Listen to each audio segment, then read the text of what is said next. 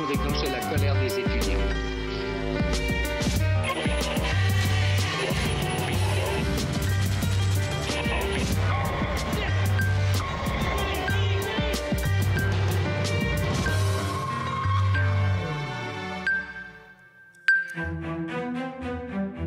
Sa mère a entièrement consacré son existence à son éducation, et quelquefois un peu durement d'ailleurs. Elle avait une volonté que sa fille soit la meilleure, l'excellence. À 10 ans, elle va déclarer à ses parents « Je serai journaliste ». Yvan avait quelque chose en lui de fou qu'elle adorait. C'était l'anti-bourgeois par excellence. Je lui dis, mais toi, ton avenir, il est à la télévision. Elle m'a dit, jamais, jamais, oh là là. Je sais bien que la télévision vous propose en ce moment des tas de nouveaux rendez-vous, mais enfin, j'espère qu'à celui-là, en tout cas, vous saurez vous faire. C'était la caricature de la gauche arrivant. À midi, on ne peut pas mettre n'importe qui à l'antenne. Il y a une erreur de casting totale. Soyons clairs, à Fréjus, vous n'avez pas besoin, je crois, des voix de Jean-Marie Le Pen pour être élu, puisque vous êtes très confortablement élu. Sûrement pas. Imaginons que vous en ayez besoin. Il y a son côté maternel qui peut cacher quelque chose de très fort. Elle pouvait piéger son interlocuteur avec un sourire et un charme. Les dirigeants de TF1 qui regardaient l'émission tremblaient. C'est parce qu'il était proche du pouvoir et qu'il avait... Non. Enfin, proche de vous. Non. Proche de vous. Non, Sinon son nom n'aurait pas été prononcé. La starisation d'Anne Sinclair, c'est quelque chose qu'au départ, elle n'a pas forcément d'ailleurs bien vécu. Anne a toujours pensé que rien n'était acquis définitivement et que rien ne durerait. Et il se retourne, le voilà. Bonjour Dominique Strauss-Kahn. Bonsoir. Quand elle épouse Dominique Strauss-Kahn, elle épouse son combat. C'est le sacrifice de sa propre carrière qui est fait à ce moment-là. Comme me dit ma femme Anne Sinclair, la seule chose à laquelle je pense quand je me rase, c'est à pas me couper. Anne a vraiment cru que son mari pouvait être et serait président de la République. Ne supportait pas un mot de critique, elle était d'ailleurs assez injuste dans ces cas-là. Le directeur du FMI quitte le commissariat de Harlem à New York, menotté. Elle était secouée. Et complètement tremblante et sidérée. Elle est prise au piège, elle est prisonnière. Elle n'a rien demandé. Elle a fait face. Et je ne connais pas beaucoup de personnes qui auraient été capables de ça. C'est un petit soldat, Anne. C'est pas quelqu'un qui fuit ses responsabilités.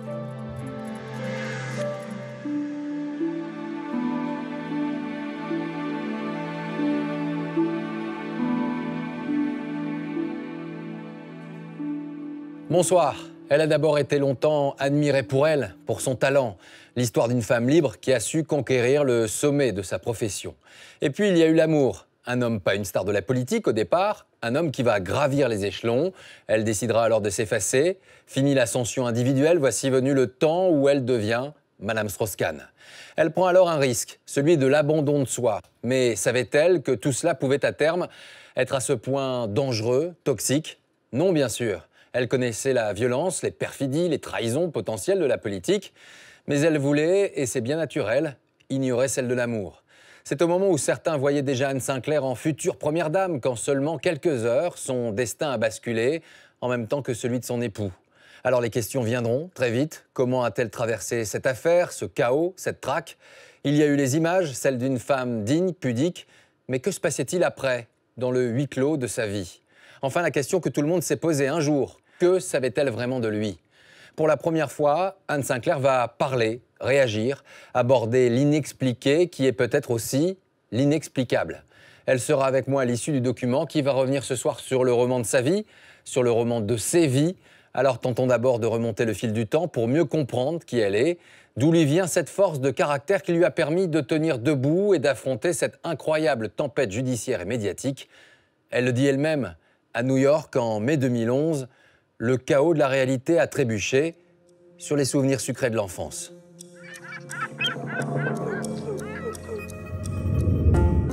Here in New York, there are new revelations in the crumbling rape case against Dominique Strauss-Kahn. Good morning to you guys and good morning once again. Well, the case against former International Monetary Fund chief Dominique Strauss-Kahn.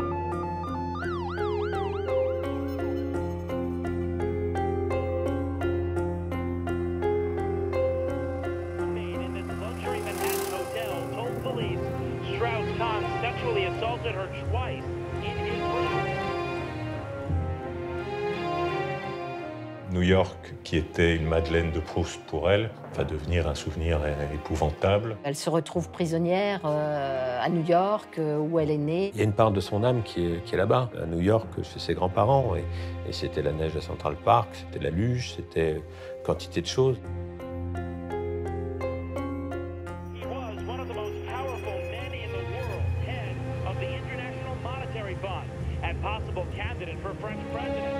Tout ça se joue dans quelques pâtés de maison. L'endroit où elle a grandi ces 3 premières années, l'endroit où son mari est arrêté, emprisonné, le tribunal où ils vont, l'endroit où ils vivent. C'est effectivement une incroyable ironie de l'histoire. En pleine tempête judiciaire et médiatique, l'épouse de Dominique Strauss-Kahn se réfugie au musée d'art moderne de New York, le célèbre MoMA. Pour elle, c'est une évasion de l'enfer dans un élément qui lui est naturel et dans lequel les caméras ne vont pas rentrer. L'art, c'est quand même un moment de suspension dans une traque qui ne laisse aucun répit. Anne Sinclair admire une œuvre en particulier. Le portrait d'un postier signé Vincent van Gogh, un tableau acquis grâce à la générosité de son grand-père, le marchand d'art Paul Rosenberg. Anne a grandi entourée d'œuvres d'art et pas des moindres. Elle est née dedans, enfin, totalement. Et puis, bon, elle avait un musée à la maison déjà. Et quel musée? Pour remercier le pays de l'avoir accueilli pendant la guerre, Paul Rosenberg avait fait don au musée new-yorkais d'une œuvre majeure, dont la vente a permis d'acheter plus tard cette toile de Van Gogh. Aller voir ce tableau à ce moment-là, c'est sans doute une façon de se raccrocher à des gens qu'elle a aimés, ses grands-parents. Elle est allée chercher dans l'art, dans son histoire personnelle, dans ses racines familiales, aussi une forme de résilience et de consolation. C'est se rattacher à quelque chose qui était stable dans un moment où tout s'écroule de tous les côtés. Elle interroge le passé pour éclairer le présent. Le temps de cette visite au musée, Anne Sinclair renoue avec son passé familial. L'histoire d'une famille juive exilée à New York, une ville qu'il a vue naître 62 ans plus tôt.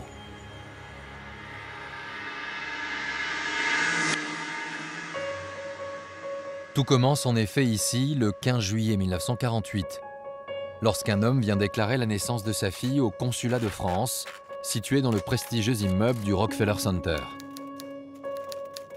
Anne Élise Schwartz, dite Sinclair. Sinclair, c'est le nom de résistant choisi par son père, ici même, 7 ans plus tôt. Il venait alors d'arriver à New York, fuyant la France occupée pour s'engager au service du général de Gaulle.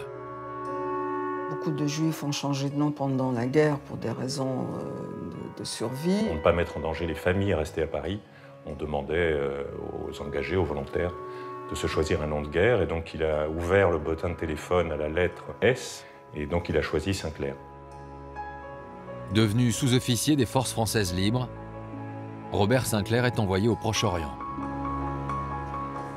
Il sera notamment le directeur de Radio Levant à Beyrouth, où il fera un billet politique tous les soirs, ce qui lui vaudra une condamnation à mort par Goebbels en personne. Il a, au mieux que la Légion d'honneur, une déclaration de Goebbels. Goebbels, qui dénonce dans un communiqué de Berlin le juif Sinclair.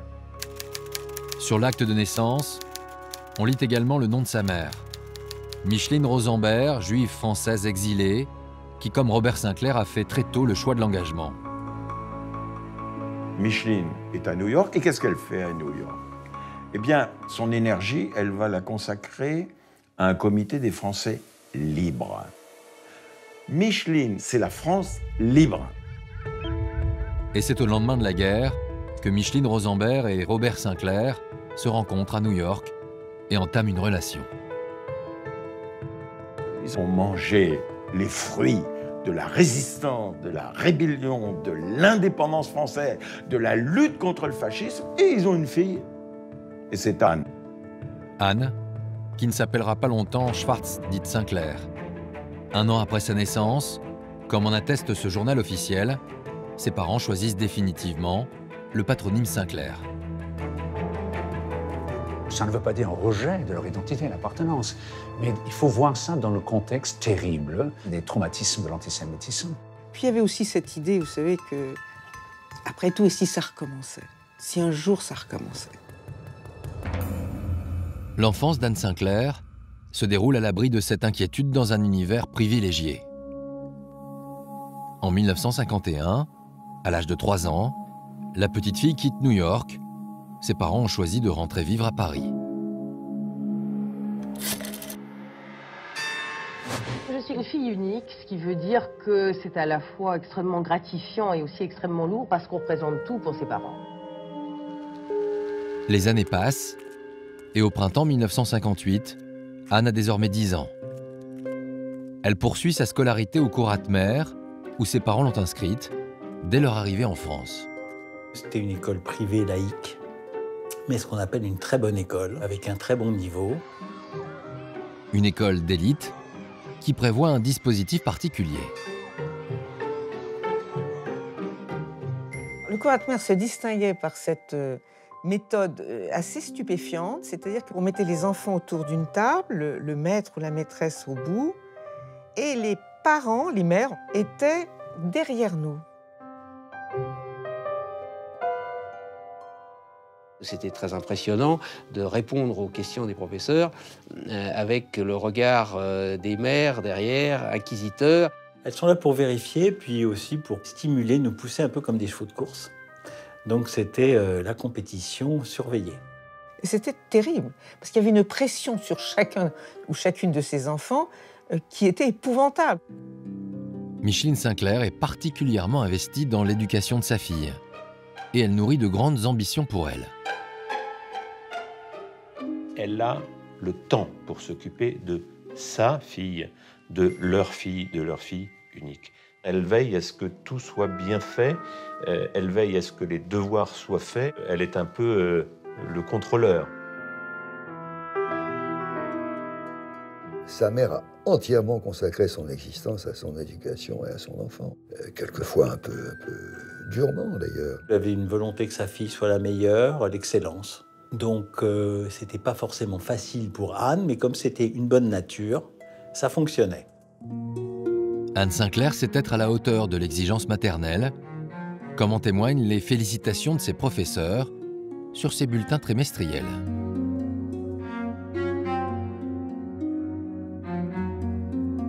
Elle est parfaite. C'est une petite fille jolie, bien élevée, qui travaille très bien, qui a des bons résultats dans toutes les matières. Alors elle était la première. Elle était en concurrence avec un garçon aussi sympathique qu'elle, d'ailleurs, qui était le fils du président Chaban-Delmas, du président de l'Assemblée nationale, qui s'appelle Jean-Jacques. Il y avait quand même une certaine compétition entre nous. Une année, on a partagé le prix d'excellence. Elle était une fois première, lui était une fois premier. Il y avait une concurrence sympathique, mais quand même assez dure. La petite Anne donne donc satisfaction à sa mère sans pour autant nouer avec elle une relation privilégiée. La mère d'Anne ne l'embrassait pas, n'est-ce pas? Alors ma mère l'embrassait, elle lui disait « Ma chérie, que tu es belle, tu es super, bien, je vais te recoiffer, je vais mettre un tout petit peu de rouge à lèvres pendant que ta mère n'est pas là. Tu vas voir, tu vas être belle. » Et ça, Anne adorait. Elle m'a dit « Tu vois, ta maman, elle m'appelait ma chérie. Ma mère m'appelait pas ma chérie. » La tendresse, c'est du côté de son père qu'Anne la trouvera toujours. Robert Sinclair est en adoration devant sa fille. Il y a dû avoir un amour très très étroit entre elle et son père. Anne est l'objet de l'admiration, de la tendresse, de la fierté paternelle. Et je pense que son père lui a donné une assurance, une possibilité même d'une grande ambition. C'est une figure essentielle. Les liens affectifs passés par son père, beaucoup plus que par sa mère. Un lien qui passe par des petits mots que son père lui écrit. Des poèmes teintés parfois de l'inquiétude du jour où elle prendra son envol.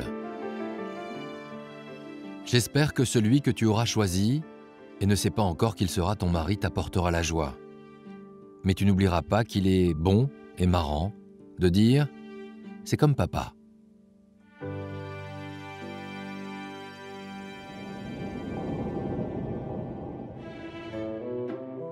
Dans ce climat familial stimulant, la jeune fille aiguise un esprit de curiosité pour un sujet qui préoccupe normalement les parents, la politique.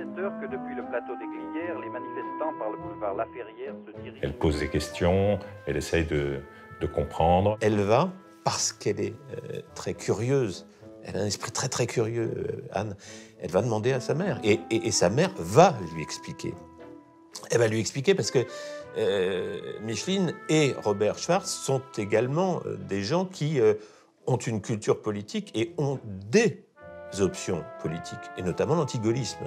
Bien vite, l'ordre et la discipline vont cesser. Anne Sinclair découvre donc l'engagement de ses parents à gauche, les enjeux de la politique et l'art de la raconter en écoutant la radio. C'est vrai que c'était une période tout à fait passionnante et avec une grande instabilité politique qui a certainement conduit à éveiller sa vocation à elle. À 10 ans, elle va déclarer à ses parents « Quand je serai grande, je serai journaliste à Europe numéro 1 ». Et quelques années plus tard, l'adolescente trouvera le moyen d'intervenir à l'antenne dans une émission ouverte aux auditeurs. Elle appelait tous les soirs anonymement Europe 1 pour interviewer les hommes politiques dans l'émission de la soirée. Parce que ça l'intéressait, ça la passionnait, et puis elle avait déjà envie de participer au débat et d'en être une actrice. Elle sait comment ciseler les questions pour passer parmi les autres auditeurs. Elle s'amuse à être ce qu'elle voulait être, c'est-à-dire journaliste à Europe numéro 1.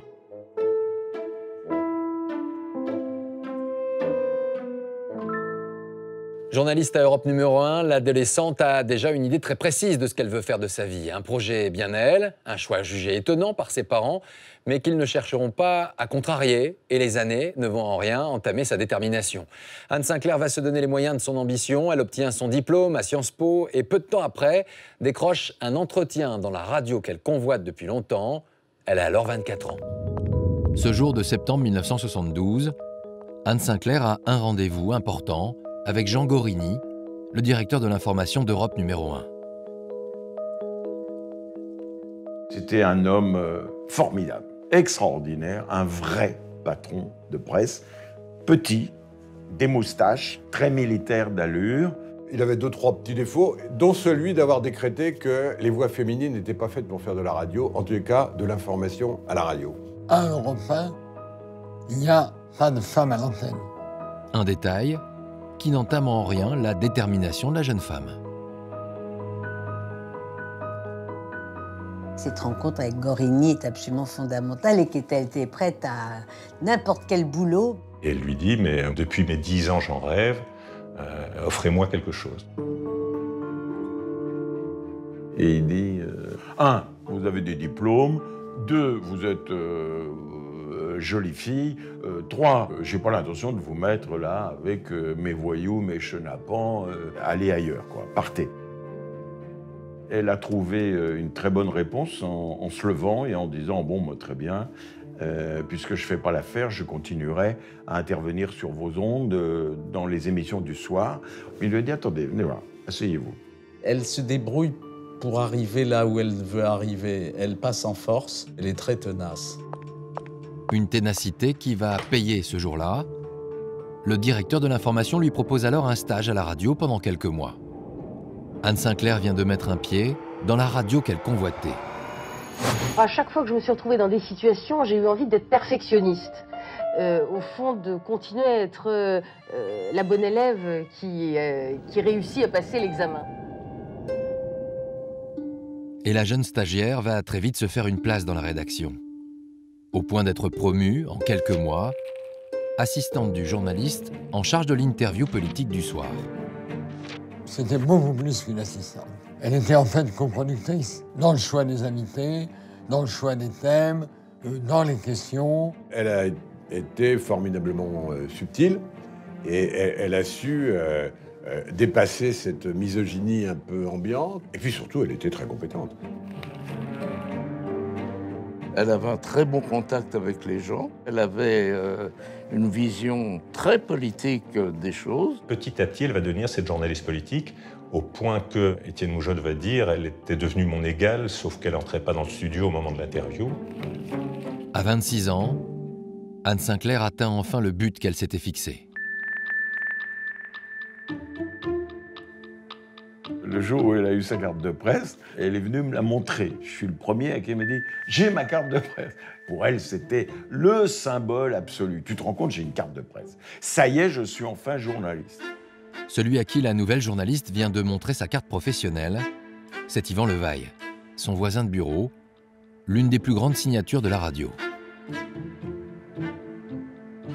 Yvan Levaille avait à Europe 1 et dans le paysage médiatique de l'époque une place à peu près unique. Il jouait un rôle important à Europe avec un ton très différent de tout ce qui se passait ailleurs. Un peu insolent, s'intéressant à plein de choses, passant d'un sujet à l'autre très facilement. Il avait une présence exceptionnelle. La jeune femme est très vite séduite par ce journaliste respecté, qui est son aîné de 10 ans. Yvan avait quelque chose en lui de fou qu'elle adorait, d'imprévisible, de pas organisé. C'était l'anti-bourgeois par excellence, donc je pense que ça décoiffait Anne quand même. Il n'appartenait pas au même milieu qu'Anne. Il était orphelin, un petit réfugié hongrois. C'est un enfant de la DAS, sans le sou.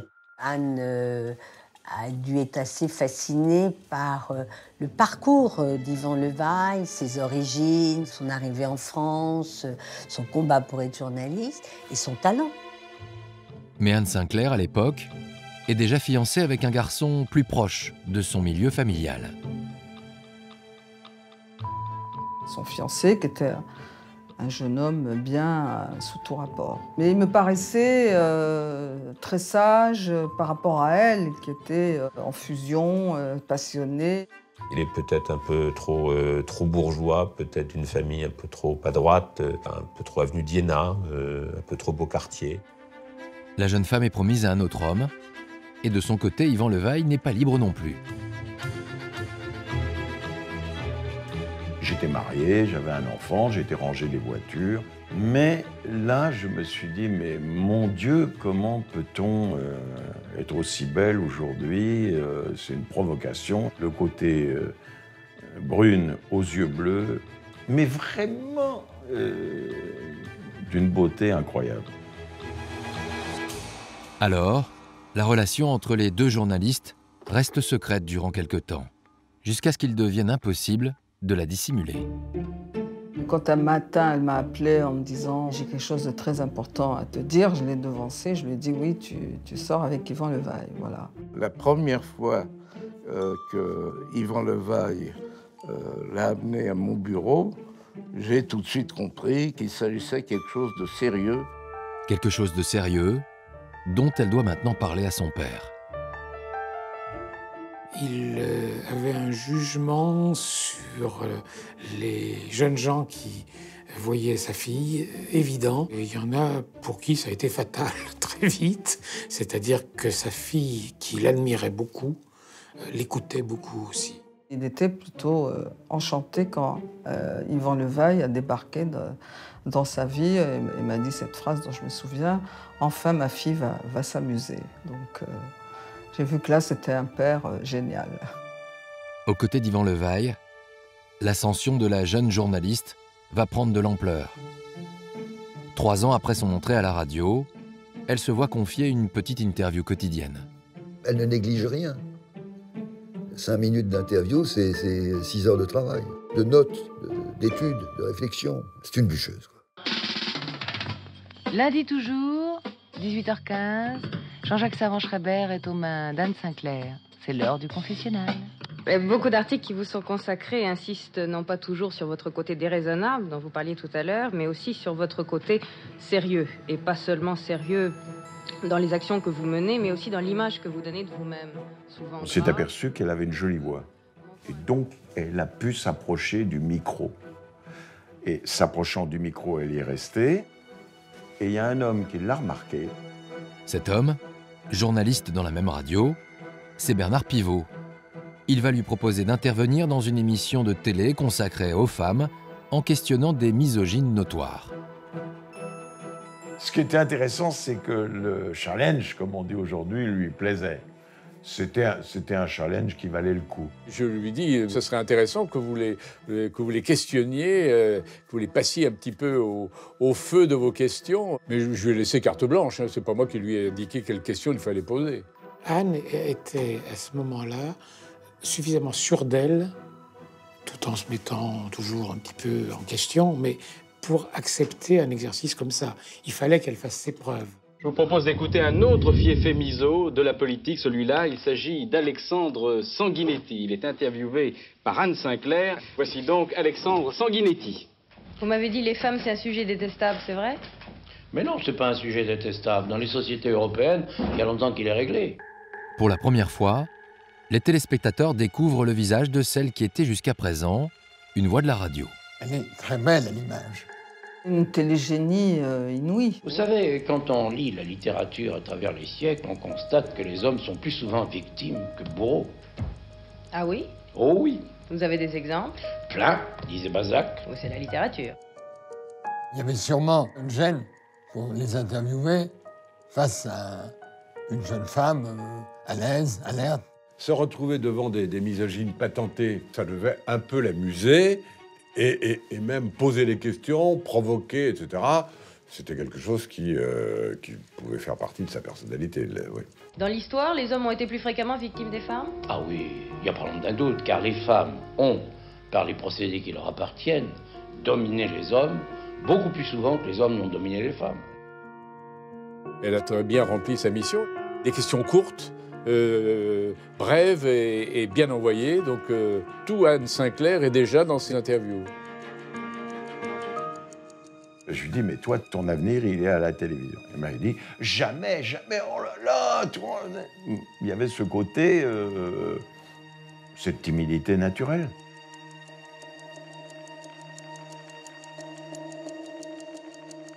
À 27 ans, Anne Sinclair vient de faire une première apparition télé, remarquée, et ce que certains, comme son compagnon Yvan Levaille, pressentaient, va très vite se confirmer. Quelques mois plus tard, la jeune journaliste revient à l'antenne sur FR3. Parallèlement, après des mois de relations clandestines, Anne Sinclair se résout à rompre ses fiançailles avec l'homme qu'elle devait épouser. Yvan Levaille, lui, a quitté sa femme. Le temps est maintenant venu d'officialiser leur union. Le 9 novembre 1976, Anne Sinclair arrive au bras de son père à la mairie du 16e arrondissement de Paris. C'est le jour de son mariage avec Yvan Levaille. J'avais retenu une jolie phrase de son père. Il m'avait dit « Je te la confie ». Voilà. Une union qui permet à la jeune femme de marquer son attachement à ses origines juives. Anne me l'avait dit très clairement, il n'était pas question pour elle d'avoir comme mari ou comme père de ses enfants autrement qu'un homme juif. Même étant non-croyant, hein, ni pratiquant, mais il fallait qu'il soit juif. Donc, moi j'ai dit à Anne, va pour le rabbin. Et d'ailleurs, c'est elle qui m'a ramené au judaïsme au fond. 2 ans et demi après ce mariage civil et religieux, les parents d'Anne Sinclair accueillent avec joie la naissance de leur premier petit-fils, David. Son père avait vu quelques mois notre premier fils. Il l'avait tenu dans ses bras, donc c'était la transmission. Mais ce bonheur est très vite assombri par une immense douleur. En janvier 1981, Robert Sinclair disparaît à l'âge de 70 ans. Anne est fille unique. C'est très important dans l'histoire d'Anne. Je crois que Anne voulait faire les choses le mieux possible pour son père. Dans le respect de la religion juive, elle décide alors d'entretenir le souvenir de son père disparu. Elle a pris sur elle-même une responsabilité en général qui incombe aux garçons plutôt, aux fils, aux hommes. Elle a été tous les matins, elle a appris les prières et il y allait comme si c'était un garçon. Et elle a fait ça pendant 1 an. 365 jours. Elle voulait assumer, elle aussi, la transmission de ces traditions. C'était surtout le sentiment du devoir que l'on doit accomplir.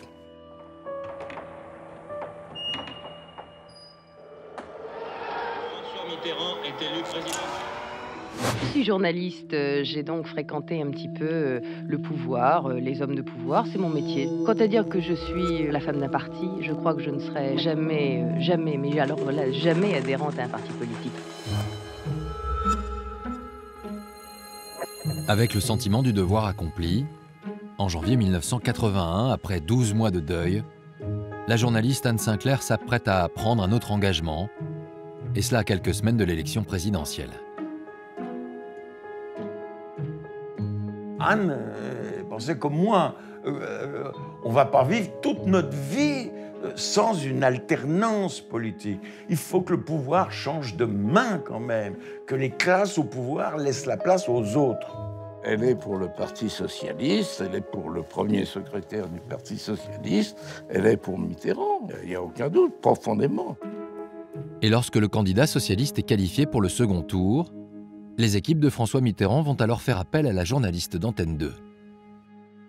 Elle s'est posé la question, mais elle était bien sûr partagée, le souci de neutralité, puis d'un autre côté, ses convictions. Le débat, pour elle, a été simple, c'est-à-dire je ne vais pas être hypocrite. On savait qu'elle n'était pas giscardienne, et elle a cru qu'elle pouvait faire son métier en participant à la campagne de François Mitterrand. Au sein de la rédaction d'Antenne 2, les réactions sont vives. Mais à la surprise générale, Anne Sinclair participe au spot officiel du candidat socialiste. Monsieur Mitterrand, nous sommes ensemble pour un bon moment et je crois qu'on n'aura pas trop de temps parce que j'ai beaucoup de questions à vous poser, des questions très précises et très ponctuelles. Je crois à 3 jours du scrutin, ça s'impose. Y aura-t-il, oui ou non, une taxation des plus-values sur la résidence principale des Français si vous êtes demain au pouvoir?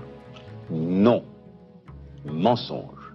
On ne peut pas être journaliste, indépendant, libre et être intégré à une campagne électorale dont on connaît les codes extrêmement précis. Je lis cette phrase. Un service communautaire de santé avec un rôle pilote confié au centre de soins agréé. Est-ce que c'est, oui ou non, un extrait de votre programme?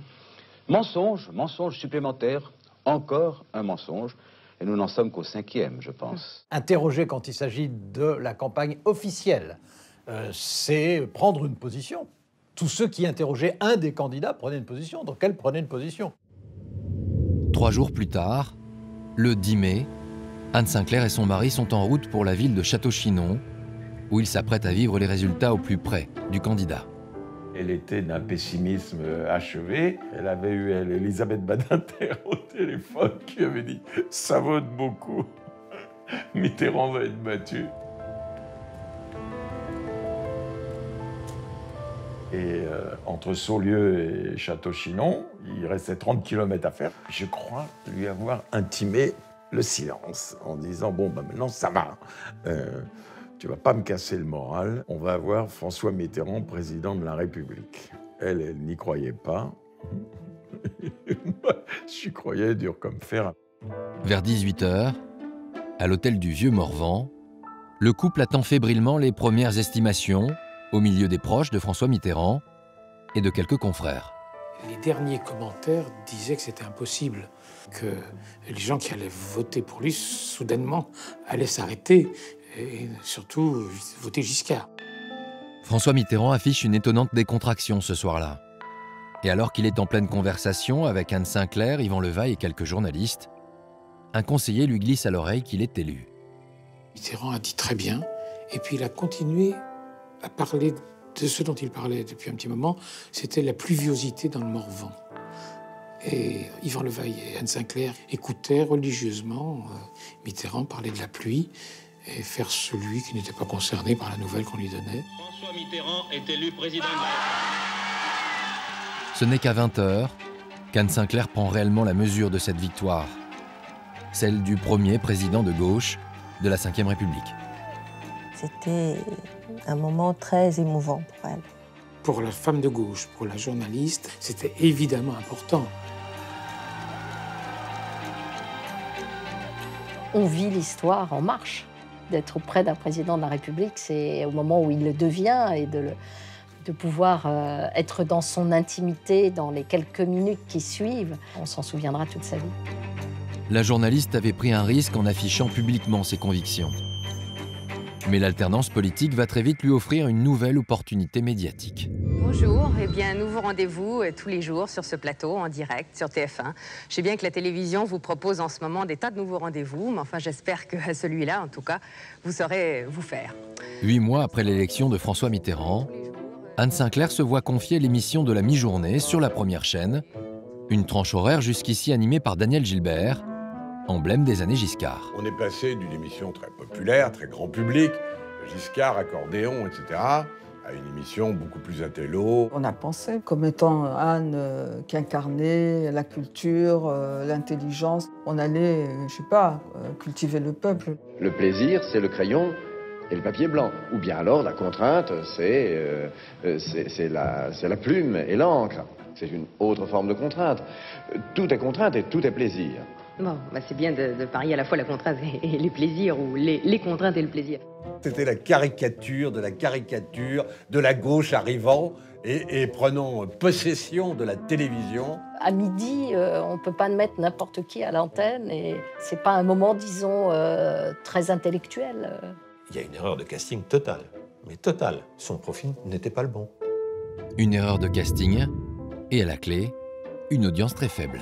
Bonjour, eh bien cette émission est la dernière des visiteurs du jour, puisque à partir de lundi, nous ne serons plus là. Et à partir du mois de septembre, vous pourrez suivre une nouvelle émission, une autre émission, animée par Patrick Sabatier. Anne Sinclair garde le sourire, mais elle vit là sa première déconvenue professionnelle. C'est un échec. Donc forcément, c'est désagréable. Mais je pense qu'elle n'en tire ni envie de revanche, qu'elle réfléchit plutôt aux raisons pour lesquelles c'est un échec. Elle a mal vécu, d'autant plus qu'elle a vraiment eu un trou d'air derrière. Et donc elle part pour 18 mois de chômage. Après plusieurs années de présence à l'antenne et plusieurs programmes, la journaliste quitte le petit écran. Anne a toujours un sens de la précarité. Elle a toujours pensé que rien n'était acquis définitivement, que rien n'était dû et que rien ne durerait.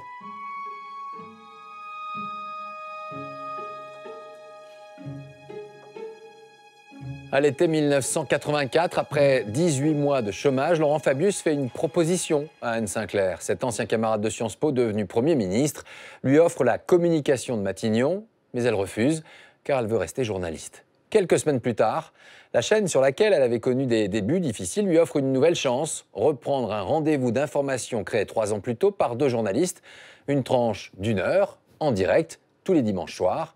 L'émission s'appelle 7 sur 7.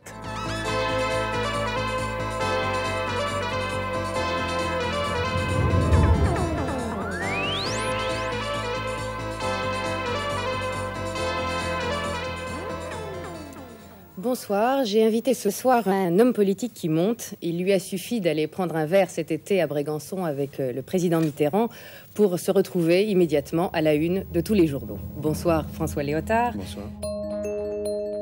À cette époque, j'étais parmi les leaders d'opinion de la droite française. Et donc, je crois que c'était un peu la conjoncture qui a fait qu'elle m'invite à son premier 7 sur 7. Est-ce que tout est clair entre vous et Jean-Marie Le Pen? Est-ce que vous avez définitivement éclairci les choses? Est-ce que vous négocierez jamais ou peut-être avec Le Pen? Permettez-moi d'abord de vous dire que je trouve dommage qu'il se plaigne. Il y a son côté maternel qui est, comment dire, une bienveillance apparente, une douceur, qui peut cacher quelque chose de très fort. Elle pouvait piéger son interlocuteur avec un sourire et un charme qui donnait l'impression qu'il n'y avait pas de venin dans la question, alors qu'entre les lignes, il y en avait beaucoup. Par exemple, soyons clairs, à Fréjus, vous n'avez pas besoin, je crois, des voix de Jean-Marie Le Pen pour être élu, puisque vous êtes très confortablement élu. Sûrement pas. Imaginons que vous en ayez besoin. Qu'est-ce que vous feriez? Je ne négocierai en rien sur des thèmes qui ne sont pas les miens. C'est clair. Elle faisait accoucher ses invités de ce qu'ils portaient en eux. C'était une exigence de vérité. Ça lui donnait une certaine emprise psychologique sur ceux qu'elle interrogeait.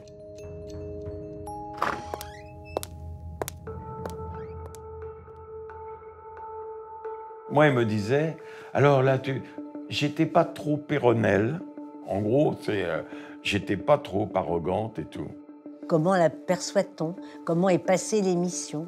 Anne a toujours manqué de confiance en elle. Il y avait toujours des choses que nous, on n'avait pas vues, ni Yvan, ni Jean, ni moi, mais qu'elle, elle avait vu, que c'était pas bien, que ça aurait pu être mieux. Moi, je lui disais, arrête, c'est pas sérieux, t'as fait une émission formidable. Mais elle acceptait pas ça. On pouvait toujours faire mieux. Le souci du détail et un style qui vont très vite être plébiscités. Anne Sinclair réussit à faire de 7 sur 7 une émission phare qui réunira jusqu'à 10 millions de téléspectateurs et en fera un passage obligé pour toutes les personnalités politiques. Le carnet de bal, le nombre de gens qui voulaient danser avec Anne, il y avait foule, hein. Elle n'avait que l'embarras du choix. C'était un rendez-vous, mais absolument incontournable, puisqu'on y annonçait sa candidature à la présidence de la République, ou au contraire, on y renonçait dans cette émission. Le must, c'était 7 sur 7. Pas le fait d'être bon ou mauvais. Le fait d'être invité était déjà en soi une consécration. Après la privatisation de la chaîne en 1987, l'impact de l'émission et l'autorité de sa présentatrice sont réaffirmés. Son équipe, elle l'a choisi. Ses invités, elle les choisit en pleine indépendance et en pleine autonomie dans la grande maison TF1. Anne a eu ce statut qui était d'une puissance qu'aucun autre ou aucune autre n'a eu en dehors de Anne. Plus qu'une journaliste, Anne Sinclair est devenue une star. La starisation d'Anne Sinclair, c'est quelque chose qu'au départ, elle n'a pas forcément d'ailleurs bien vécu. Elle craignait même qu'à ce moment-là, on ne l'aborde plus vraiment pour ce qu'elle était, mais pour ce qu'elle représentait. Elle y prend goût en cours de route. C'est difficile de résister. Quand on est mis sur un piédestal comme elle l'a été, ben oui, pourquoi refuser? C'est vrai que c'est quand même tout à fait agréable de se faire aduler. D'une certaine manière, elle y a concouru, elle l'a souhaité, mais ça a dessiné l'image d'une Anne Sinclair très impériale, extrêmement lointaine. C'était sa volonté. Et ben, du coup, nous, on a subi cette reine qui passait dans les couloirs. Mon fils a eu une réaction un peu difficile. Et il a dit, je n'aime pas cette maman-là, c'est la maman de la télé, je voudrais ma maman à moi. Et ça m'a fait très mal, parce que je me suis dit que si c'était ça, et s'il le prenait aussi mal, peut-être faudrait-il que je choisisse. Mais Anne Sinclair décidera finalement de ne pas choisir. Elle poursuit une vie professionnelle intense, en s'efforçant de ménager du temps pour ses 2 fils, David et Élie. Elle a eu la petite culpabilité des femmes qui font des métiers prenants. Elle est très mère, juive, très mère juive, c'est-à-dire ses enfants, elle y tient beaucoup, mais elle doit penser que la télévision lui a pris beaucoup de temps et a mordu sur sa vie de famille. Sa vie de famille et la vie de son couple aussi.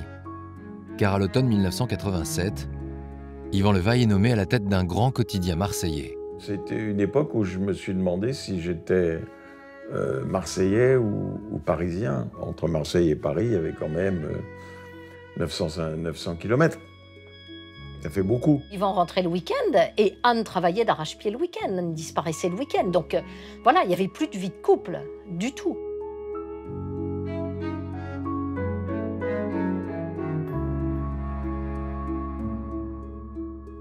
Ils avaient été amoureux, ils ont eu des beaux enfants, mais bon, quelque chose finissait là. J'ai vu le désamour s'installer, oui, j'ai vu ça. C'est toujours triste. Alors qu'une certaine distance s'installe dans son couple, Anne Sinclair est loin de se douter que son métier va être à l'origine d'un nouveau rebondissement dans sa vie privée. En octobre 1988, la présentatrice de Questions à domicile, l'autre rendez-vous politique de la chaîne, cherche un invité surprise capable de porter la contradiction au secrétaire général du RPR, Alain Juppé. Juppé, c'est pas rien, quoi. C'est quand même un des hommes politiques les plus brillants de sa génération. Donc face à un type comme ça, il faut un type qui puisse apparaître aussi comme le plus brillant de sa génération à gauche. Jean-Marie Colombani propose à Anne Sinclair, un jeune socialiste qui monte, un expert économique. Elle ne l'a jamais vu auparavant et elle ne le verra pas avant l'émission. Bonsoir. Bonsoir à tous. Ce sera à nous de dire à notre invité surprise, qui comme d'habitude est en direct des studios de TF1 à Paris, regarde, écoute, prend des notes. C'est nous donc qui lui dirons de se retourner pour interpeller Alain Juppé et ses compagnons. Quand on dit jeune en politique, on est jeune jusqu'à quand en politique? Ça, c'est une question que je me pose souvent. Moi, j'ai l'impression que le temps passe. Je viens d'avoir 43 ans. Il paraît que nous sommes Au cours de l'émission en direct, plusieurs plans montrent le fauteuil occupé par l'invité surprise, mais il faut attendre 1h15 pour découvrir enfin son identité. Alors, notre invité surprise, il est dans nos studios de Cognac G depuis le début. Il regarde de dos et il se retourne. Le voilà. Bonjour Dominique Strauss-Kahn. Bonsoir. Vous êtes le président socialiste de la commission des finances de l'Assemblée nationale. Ce soir-là, Dominique Strauss-Kahn, encore peu connu du grand public, va révéler des talents de débatteur. Bonsoir Monsieur Juppé. Je crois que sur certains aspects, vous avez été un peu caricaturaux. Anne Sinclair a une très mauvaise vision du RPR, Olivier Duhamel est partial. Bref, on a un peu le sentiment en vous écoutant que tout ce que vous faites est bien, tout ce que font les autres est mal. Je me suis pas trop sentie visée, hein, je vous rassure. Bien. Il savait passer de phases douces à des phases d'attaque avec énormément d'aisance. C'est vrai que Dominique Strauss-Kahn, en débat, sur une courte distance, était formidable. En Dominique Strauss-Kahn, on voyait tout de suite quelqu'un qui savait incarner une gauche moderne et qui ne ratait pas ses adversaires. Monsieur Rocard. En sortant de l'émission, Anne Sinclair évoque très vite la prestation du député socialiste. Là, elle témoignera tout de suite de l'impression que lui a fait Dominique Strauss-Kahn en disant « Dis donc, ton mec, qu'est-ce qu'il a été bon ?» Et comme elle est assez sensible à l'intelligence en règle générale, elle y a été sensible tout de suite. Et en plus, c'était sa sensibilité politique. Quelques semaines plus tard, la journaliste accepte une invitation à dîner de Dominique Strauss-Kahn. Je l'ai vue tomber amoureuse, oui. Et voilà, ça a été une boule de feu. Tout a été rasé après son passage. L'herbe n'a pas repoussé. Tous les deux mariés, ils entament alors une liaison secrète faite de nombreux subterfuges. Un studio dans Paris pour leur rendez-vous et un langage codé pour communiquer. France Télécom avait sorti un petit appareil qui s'appelait l'Alpha-Page qui permettait d'envoyer des messages avec des chiffres. Et Dominique Strauss-Kahn a adapté leur relation en faisant une liste de 150 mots, expressions qui étaient codés avec des chiffres. Et donc ils se baladaient chacun avec un de ces appareils et avec cette liste. Cette relation s'installe finalement dans la durée, sans être révélée. Et c'est donc qu'en pleine tourmente intime, qu'Anne Sinclair s'apprête à mener l'interview la plus délicate de sa carrière. Elle doit interroger François Mitterrand, qu'elle a toujours soutenu, sur une affaire sensible. L'un de ses plus proches amis, Roger Patrice Pelat, est soupçonné de délit d'initié. Alors, Monsieur le Président, si vous permettez un certain nombre de questions très précises suite à votre relation, à la fois de votre amitié avec Patrice Pelat. Est-ce que vous avez des lumières personnelles que nous n'avons pas? Ou est-ce que vous savez, vous, sur le rôle de Patrice Pelat? Est-ce que vous lui avez posé des questions? Est-ce qu'il vous a répondu? Est-ce que vous avez, vous, des certitudes que nous ne savons pas? Si j'en avais, la justice les connaîtrait. Je n'aurais pas attendu de vous rencontrer ce soir. Donc vous n'avez pas les réponses aux questions qu'il se pose et que la COP d'ailleurs. Je vous répète que si je les avais, la justice les aurait. Elle n'avait pas peur, non pas d'agresser le président, mais d'aller jusqu'au bout de ses questions. Et c'était pas simple, vous savez, en face de ce monsieur-là. Si le problème s'est posé pour Patrice Pelat, ce n'est pas parce qu'il jouait en bourse, pas parce qu'il avait des actions, pas parce qu'il faisait fructifier sa fortune. C'est parce qu'il était proche du pouvoir et qu'il avait... Non. Enfin, proche de vous. Non. Proche de vous. Non, sinon son nom n'aurait pas été prononcé. Qu'est-ce que vous voulez dire? Que je l'informais? Non, pensez-vous. Personne ne l'a dit. Personne ne l'a dit. Bon, seulement. Pas le laisser entendre maintenant. Non, mais je ne le laisse pas entendre. Je dis que Patrice Pelat était. Je serais d'ailleurs plus difficilement car je ne savais pas moi-même. Mitterrand a essayé de fermer la question. Elle y est revenue, elle y est encore revenue, elle y est encore revenue. Enfin, ça, c'est une aparté dont nous n'aurons pas à discuter ce soir. Donc la question est de savoir s'il a bénéficié d'informations qui lui auraient permis, justement, vous le dites vous-même, de faire une spéculation sur une affaire proche de l'État. C'est bien possible, je n'en sais rien. Bien. Les dirigeants de TF1 qui regardaient l'émission, ils tremblaient. Et ils tremblaient par son côté pugnace. Si on vous a critiqué dans cette affaire, s'il y avait matière à vous critiquer, si les journalistes vous ont critiqué... On m'a critiqué d'avoir un ami qui est compromis dans cette affaire. Si on vous a critiqué c'est aussi, vrai, j'ai dit pourquoi. C'est d'avoir dit souvent, de rappeler souvent le rôle moral de la gauche. Et on vous dit aujourd'hui, vous ne pouvez plus parce qu'il y a un certain affairisme rose, parce qu'il y a Un affairisme rose quoi? Qu'est-ce que vous voulez dire? Mais Patrice Pella, dont vous me parlez, et dont nous n'avons pas le droit, a priori, de dire qu'il est coupable dans cette affaire. On peut très bien penser qu'il ne l'est pas. Puis il y a eu une page de publicité, Mitterrand lui a dit mais vous voulez notre mort? Qu'est-ce que vous voulez là? Et ça faisait très mal à Mitterrand, il était furieux après l'émission. Absolument, oui, ça a été terrible. Ce soir-là, en se montrant intransigeante pendant 90 minutes, la journaliste a soldé les comptes de 1981 et de son soutien controversé à François Mitterrand. Dans sa vie privée, en revanche, Anne Sinclair peine à faire le choix du divorce avec Yvan Levaille. Je l'ai vu se débattre d'abord dans ses convictions, c'est-à-dire qu'on se mariait pour la vie. C'était une véritable rupture. Je l'ai trouvée très inquiète pour Yvan, pour ses enfants. Parce qu'elle savait qu'elle allait faire du mal, elle n'aime pas faire du mal. Bon, elle a fini par prendre la décision, c'était pas facile du tout. Alors que le divorce est programmé pour la fin de l'année 1990, Yvan Levaille demande à rencontrer Dominique Strauss-Kahn, en ayant toujours en tête les paroles du père d'Anne Sinclair. Robert Sinclair, qui était vraiment un homme formidable, m'avait dit « je te la confie ». Voilà. Et je trouve que c'est beau de la part d'un homme. Bon. Eh bien, j'ai transmis ce message. Voilà. Il lui confiait Anne, comme son père le lui avait confié. Il aimait suffisamment Anne pour la confier à un autre homme. En novembre 1991, Anne Sinclair se remarie, elle a 43 ans, mais c'est elle déjà qu'en épousant Dominique Strauss-Kahn, elle épouse aussi la destinée d'un homme politique encore peu connu, mais promis à un bel avenir. Tout cela est confirmé 6 ans plus tard, après la victoire de la gauche aux législatives. DSK est nommé à la tête du ministère des Finances, il devient de fait le numéro 2 du gouvernement. Dès lors, une question se pose, ce poste est-il compatible avec la carrière de sa femme ? À 2 jours de l'entrée en fonction de son mari à Bercy, Anne Sinclair est confrontée à un cas de conscience professionnel. L'épouse journaliste d'un ministre peut-elle continuer à présenter un magazine politique ?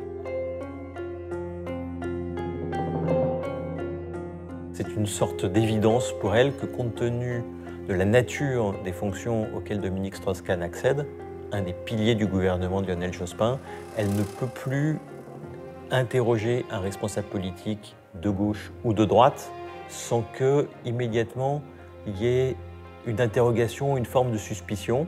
Vous êtes regardé comme quelqu'un de nécessairement, définitivement partisan. C'est comme ça, même si ça n'est pas vrai, c'est comme ça. Faire son métier avec cette obstruction-là, qui n'est pas des moindres, était absolument inenvisageable pour elle. Ça l'aurait privée d'une certaine liberté. Elle a préféré renoncer. En quelques heures à peine, la journaliste décide donc d'arrêter l'émission qu'elle présente avec succès depuis 13 ans. Ses plus proches amies sont stupéfaites. Ils nous disaient, mais elle est folle, pourquoi elle fait ça? On ne comprend pas. Elle aurait pu prendre le virage vers quelque chose de moins politique, quelque chose, mais abandonner quand on a ce talent-là, parce qu'on s'est marié avec un homme politique, on n'était pas tout à fait pour. C'est le sacrifice de sa propre carrière qui est fait à ce moment-là. Un sacrifice, mais peut-être aussi un pari sur l'avenir politique de Dominique Strauss-Kahn. Ça ne faisait pas de doute dans son esprit. Sa carrière pouvait être parfaitement mise entre parenthèses, carrière audiovisuelle, pour ne pas gêner celle de Dominique. La perspective quand même d'un destin national très puissant de son mari qui auraient rejailli sur leur vie n'était sans doute pas pour lui déplaire. Ce dimanche 6 juillet 1997 n'est pas un dimanche comme les autres. Aujourd'hui, Anne Sinclair est l'invitée exceptionnelle de la dernière de 7 sur 7 et elle va être interrogée par le directeur de l'information de la chaîne. Anne, bonsoir. Bonsoir Robert. Vous avez le trac? Oh, un peu, je suis dans une position pas très habituelle. C'était une situation très étrange, très particulière.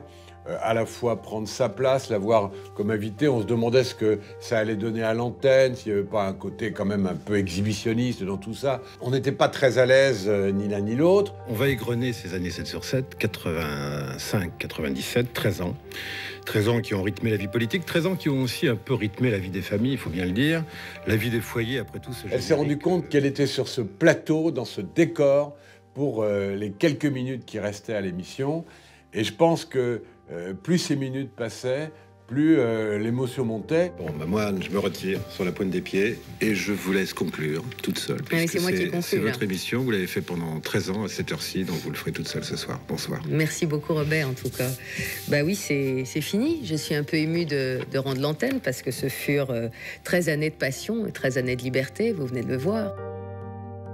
Elle s'est bien dominée, mais il y a quand même une petite larme à la fin. Elle disait que c'était une petite poussière dans l'œil, mais... Je vous dis à bientôt. Et puis comme d'habitude, le journal de Claire Chazal dans un instant. Merci à tous. Bonsoir.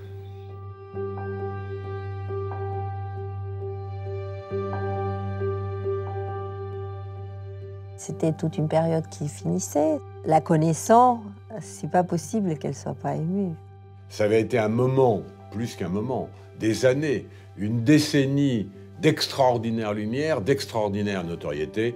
Elle savait que ça, c'est derrière elle, et que la notoriété qu'elle allait conserver, elle pouvait l'avoir plutôt en tant que compagne d'un homme politique, ce qui pour Anne était sans doute extrêmement difficile à vivre. Il est 19h58. Anne Sinclair vient de rendre l'antenne. Et en coulisses, depuis le début de l'émission, un homme l'attend. Ils sont une équipe, ils sont tous les deux. Dominique savait évidemment que ça serait un petit déchirement pour Anne, cette dernière émission. Il est présent, c'est normal. C'est à cause de lui qu'elle arrête. Donc c'était une façon de venir l'aider à assumer ce moment, quoi, ce passage. Comme Dominique Strauss-Kahn sait l'importance que peut avoir ce moment-là dans la vie de sa femme, il va lui offrir un joli cadeau qui est en l'occurrence une bague en forme d'étoile et sertie de diamants. C'est plus un cadeau de consolation, je pense.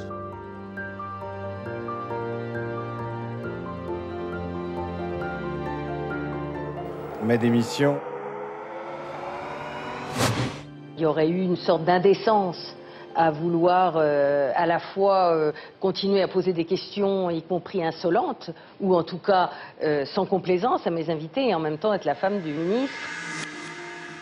Une semaine après l'arrêt de 7 sur 7, Anne Sinclair fait sa première apparition dans son nouveau rôle de femme de ministre à l'occasion de la Garden Party de l'Élysée. C'est un peu une rupture quand même, c'est un tournant avec la façon dont elle avait vécu avant. Elle a toujours vécu dans une relative discrétion, et là, tout d'un coup, elle accepte, pour ne pas dire qu'elle sollicite, qu'elle joue avec les projecteurs de la vie publique. Le couple DSK-Sinclair va être un couple beaucoup plus visible que le couple Levaille-Sinclair. Et on les retrouvera quand même assez souvent dans les pages de Paris Match, mais aussi effectivement à des tas d'événements dans tout Paris. Elle perdait son statut de journaliste pour devenir la femme d'un homme politique. Là, je me suis dit, mais mon Dieu, pourvu que tout se passe bien, pourvu que tout se passe toujours bien. Et tout se passe bien pendant 2 ans, jusqu'à ce jour d'octobre 1999. Madame, Monsieur, bonsoir. Voici le sommaire de cette édition du vendredi 29 octobre.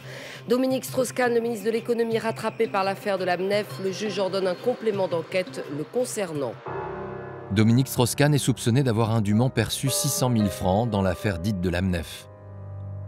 3 jours seulement après cette mise en cause, le ministre des Finances tient une conférence de presse sur les conseils de son épouse. C'est elle qui la prépare. Et c'est l'épouse qui qui connaît la politique et qui lui dit voilà comment il faut se comporter. Tu vois peut-être pas assez clair, mais voilà ce qu'il faut dire. Il est évident qu'en ce qui concerne l'audiovisuel, mais même la presse en général, lui donnait des conseils. Je remets ce matin ma démission au président de la République et au Premier ministre. Elle l'a poussé parce qu'elle considérait qu'il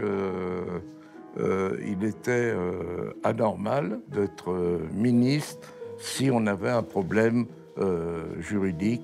Pour moi, il n'est pas concevable qu'un ministre puisse continuer d'exercer sa mission alors qu'existe à son encontre un soupçon donnant lieu à une procédure judiciaire au risque de porter atteinte à tout le gouvernement.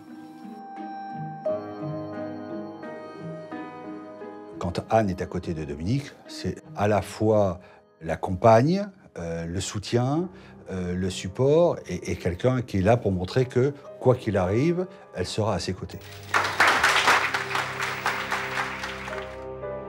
On voit le roc Anne Sinclair, c'est-à-dire que dans la tempête, elle se dresse, elle l'admire tellement, son Dominique, qu'elle ne va pas le laisser tomber dans un moment difficile. Anne, quand il s'agissait de Dominique Strauss-Kahn, se battait pour lui comme une tigresse. Quand les gens qu'elle aime, là en l'occurrence son époux, sont blessés ou attaqués, oui, elle mord, elle défend.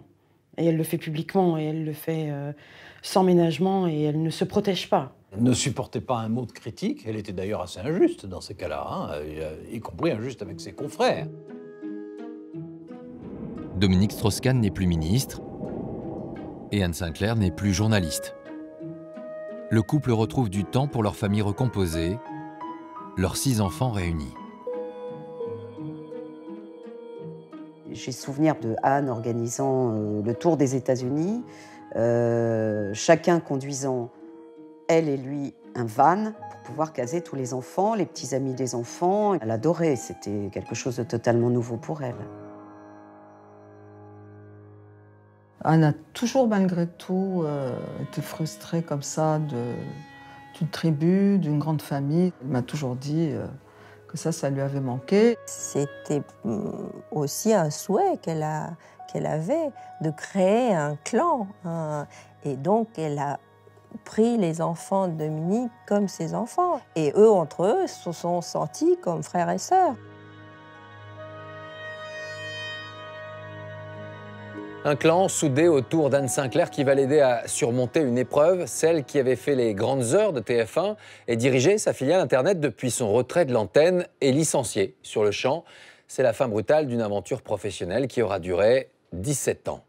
Pour Dominique Strauss-Kahn, en revanche, l'avenir politique s'éclaircit quelques mois plus tard. D'abord une relaxe dans l'affaire de la MNEF, puis le retrait de Lionel Jospin de la vie politique après le séisme du 21 avril 2002. Dès lors, soutenu par celle qui croit de plus en plus en ses chances, le député socialiste se prépare à franchir une nouvelle étape en se façonnant un destin présidentiel. Quand Dominique Strauss-Kahn fait campagne, Anne Sinclair n'est jamais très loin. Tout sourire, le couple médiatique est très demandé par les candidats socialistes. Au printemps 2004, c'est en couple que les Strauss-Kahn s'investissent dans la campagne des régionales. Mais au-delà de cette échéance, se pose déjà la question de l'élection présidentielle à venir. J'avais envoyé des petits messages à Anne en lui disant « Écoute, je sais que Dominique réfléchit, mais il ne réfléchira pas sans toi.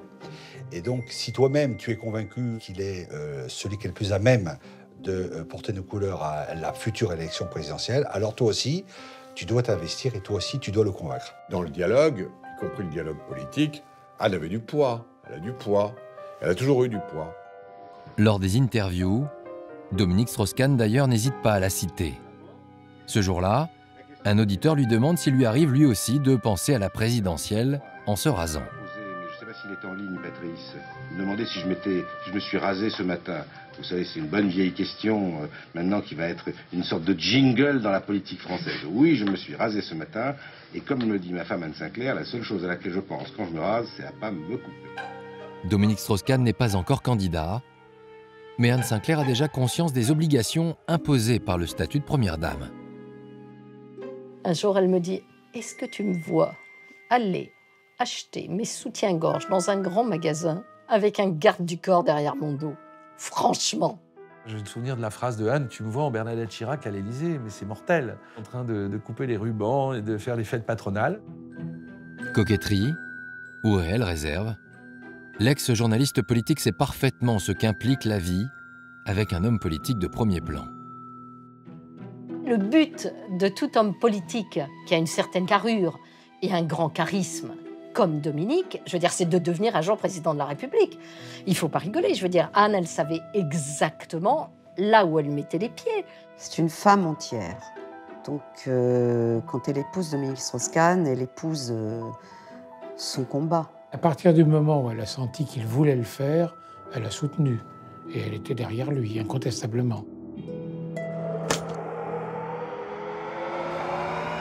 Il y a un mari qui est donc candidat à la candidature au sein du Parti socialiste, qui saute les haies les unes derrière les autres, qui convainc les Français. Je partage son combat et je suis à ses côtés parce que c'est le combat de sa vie et que j'ai envie de le suivre.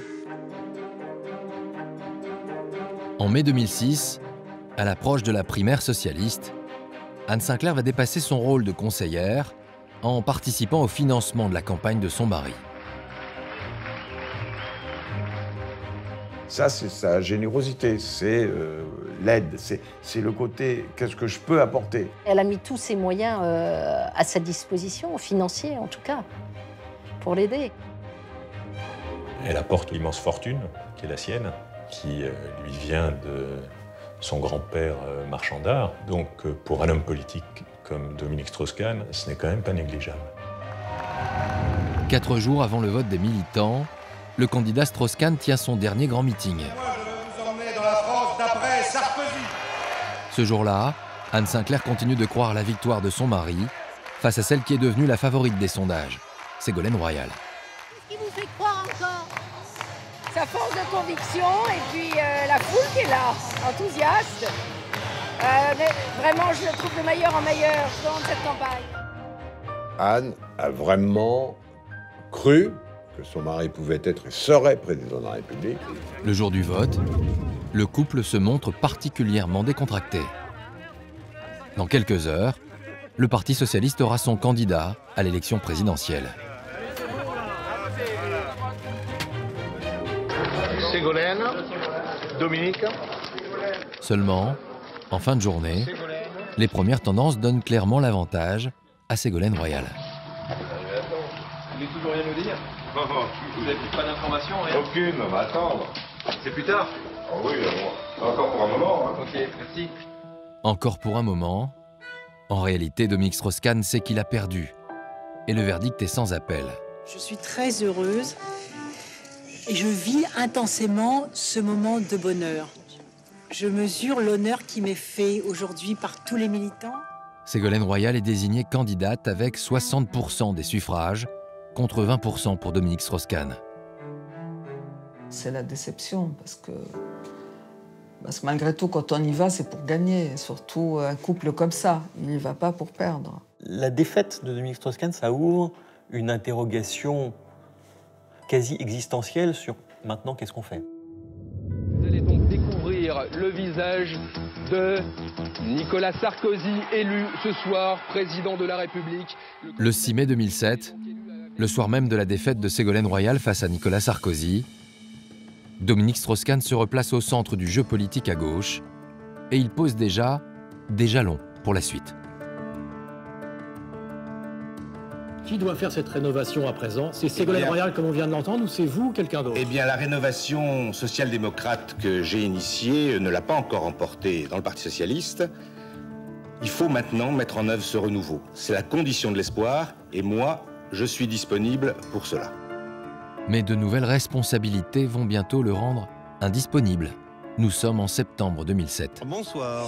Au sommaire de cette édition, DSK au FMI, c'est officiel. L'ex-ministre socialiste de l'économie et des finances prend la tête pour 5 ans de la... Soutenu activement par Nicolas Sarkozy, Dominique Strauss-Kahn va être tenu à l'écart de la scène politique française jusqu'en septembre 2012.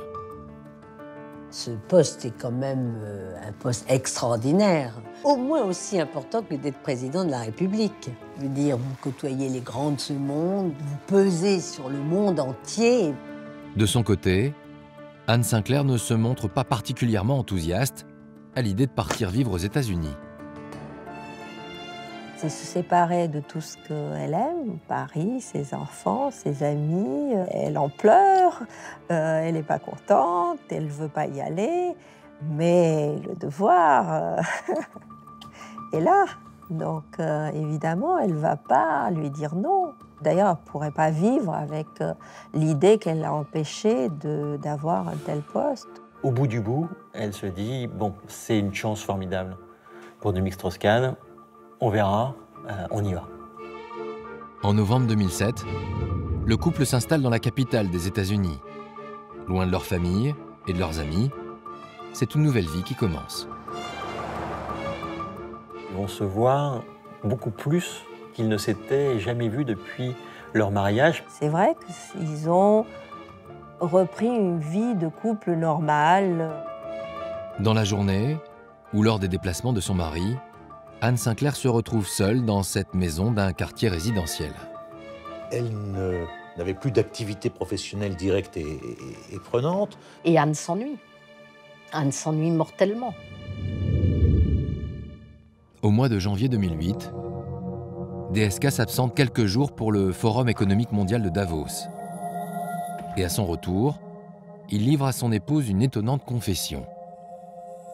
Il a eu une collaboratrice avec qui il a eu une aventure à Davos un soir. Comment voulez-vous qu'elle le supporte mal? C'était quelque chose qui est tombé dessus et je crois que Dominique lui avait confirmé que c'était un cas exceptionnel. Elle lui a dit une fois oui, deux fois ça ne serait pas accepté. Exercice de sincérité conjugale ou crainte de voir des rumeurs sortir. Anne Sinclair découvre-t-elle ce jour-là le caractère volage de son mari? Quand des amis pouvaient avoir des soupçons sur la fidélité conjugale de Dominique, lequel d'entre eux serait allé la voir pour lui dire « Dis donc, ton mari, tu sais qu'il cavale de tous les côtés ». Personne, personne. Il n'est de pire sourd que celui qui ne veut entendre. Ce n'est que 9 mois plus tard que cet adultère sort du cercle intime. Le Wall Street Journal révèle en une que le FMI enquête sur une relation entre son directeur général et Piros Kanagi, une économiste hongroise qui a quitté l'institution. Pour Anne Sinclair, l'humiliation est cette fois publique.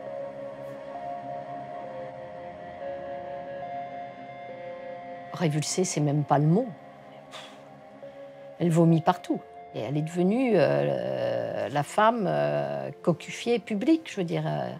C'est horrible. C'est déjà compliqué à régler dans un couple dit normal, mais quand les médias du monde entier sont à votre porte et attendent de savoir comment les choses vont se régler, c'est extrêmement difficile à faire. Pour éteindre l'incendie, les conseillers de DSK arrivent en urgence à son domicile de Washington. Ils mettent en place une stratégie de communication de crise qui doit commencer par le pardon public de l'épouse bafouée. Anne Sinclair est une femme de devoir, qu'elle ait envie ou pas, elle doit le faire. Elle se trouve vraiment dans la position d'Hillary Clinton. C'est-à-dire que, comme elle l'aime, elle n'a aucun choix. Tout ce qu'elle peut faire, c'est se montrer digne et sauver la carrière de son mari. Anne Sinclair écrit quelques lignes sur son blog pour expliquer que cette aventure d'un soir est désormais derrière eux, qu'ils ont tourné la page. Elle conclut par ces mots « Nous nous aimons comme au premier jour ».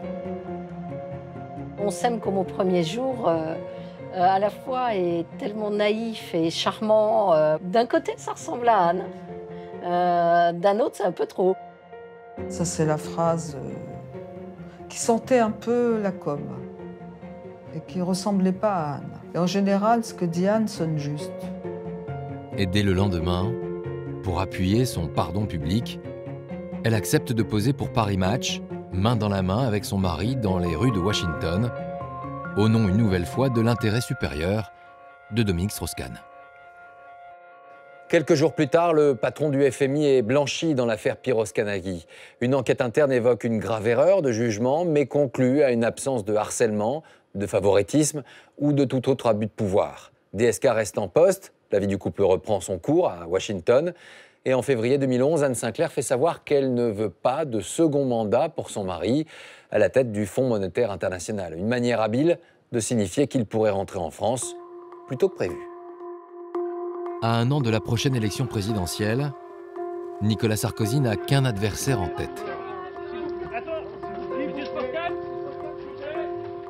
La menace n'est pas du tout Hollande à cette période. La menace, elle s'appelle DSK, elle tient en 3 lettres. Ironie du sort, ce 18 février 2011, le patron du FMI est reçu à l'Élysée à l'occasion de l'ouverture du G20. Très clairement, Dominique Strauss-Kahn est le personnage qui fait peur à l'Élysée. Tout le monde pense que M. Strauss-Kahn sera candidat et sera élu. Et donc, toute la question est de savoir comment lui faire louper son atterrissage en France de retour de Washington et du FMI. Dès lors, une petite cellule va se mettre en place au service du président Sarkozy pour tenter de discréditer son principal adversaire. Moi, j'informais le président de ce qui se passait dans ce petit groupe informel qui réunissait des vieux briscards de la communication, de quelques grands patrons du CAC 40 et surtout des très jeunes militants. Et c'est la publication d'une photo dans la presse, quelques semaines plus tard, qui va leur donner une première occasion d'intervenir. Quand ils voient cette photo, ils comprennent qu'il y a là un moyen, un coin à enfoncer dans l'image de DSK qui est la gauche bling-bling, l'amour de l'argent, le luxe. Au fond, il s'agissait de montrer en cette affaire-là qu'il y avait plus riche que le candidat des riches. Que Sarkozy était faussement l'ami des riches, que le véritable ami des riches, c'était un socialiste, Strauss-Kahn. On a un peu accompagné la diffusion de ces photos. La voiture n'appartient pas au couple, mais ce cliché suffit à mettre l'accent sur la fortune d'Anne Sinclair. C'est le moment où elle nous dit bientôt on va me reprocher le prix que j'ai mis dans la vaisselle, quoi. Enfin, bon. Anne n'a pas de problème particulier avec l'argent par définition. Elle a toujours fait partie de ces gens qui ont considéré qu'il n'y avait pas d'incompatibilité entre cette richesse-là et le fait d'être très sincèrement et de manière très convaincue de gauche. Cependant, l'ensemble de ces stratégies de déstabilisation va soudainement s'avérer inutile. Nous sommes le 14 mai 2011. Anne Sinclair dîne au restaurant avec un couple d'amis. Son mari est encore à New York, mais il doit la rejoindre le lendemain. On est le 14 mai. C'est un secret pour personne maintenant. La candidature de Dominique, elle était imminente. Donc on est à un moment où personne n'est très détendu.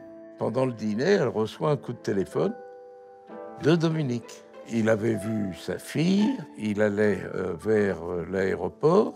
Eux, ils se quittent là-dessus et on va à l'anniversaire. L'anniversaire, c'est celui de Patrick Bruel, un ami d'Anne Sinclair. Et en arrivant à la soirée, les invités lui parlent de l'élection présidentielle à venir. Tout le monde en parle, tout le monde la voit comme la première dame. Elle veut pas que les gens la voient comme ça, mais elle peut pas les empêcher. Et Anne avait fini par dire, si ça se produisait et que je sois femme de président de la République, il y a un sujet qui m'a toujours intéressé et sur lequel j'essaierai de voir si je peux faire quelque chose, c'est les prisons. Vers minuit, ce samedi soir, Anne Sinclair quitte la fête car elle doit accueillir son mari tôt le lendemain matin.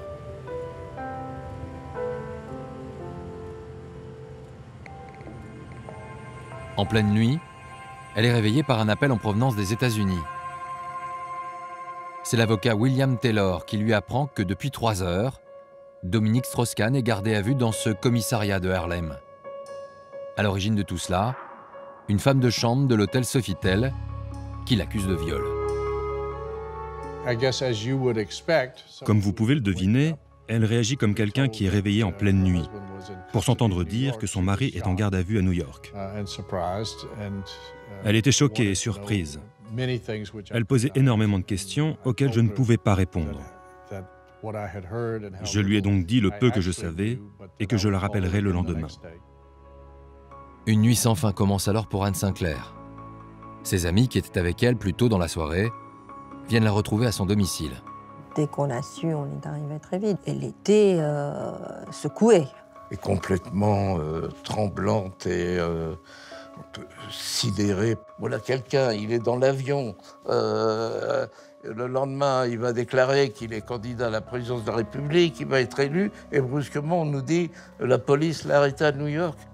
Et elle ne peut pas croire d'ailleurs, comme nous tous, à l'idée du viol. On est tous sous le choc, on ne comprend rien de ce qui se passe, on sait qu'il faut qu'elle soit à l'abri et c'est tout.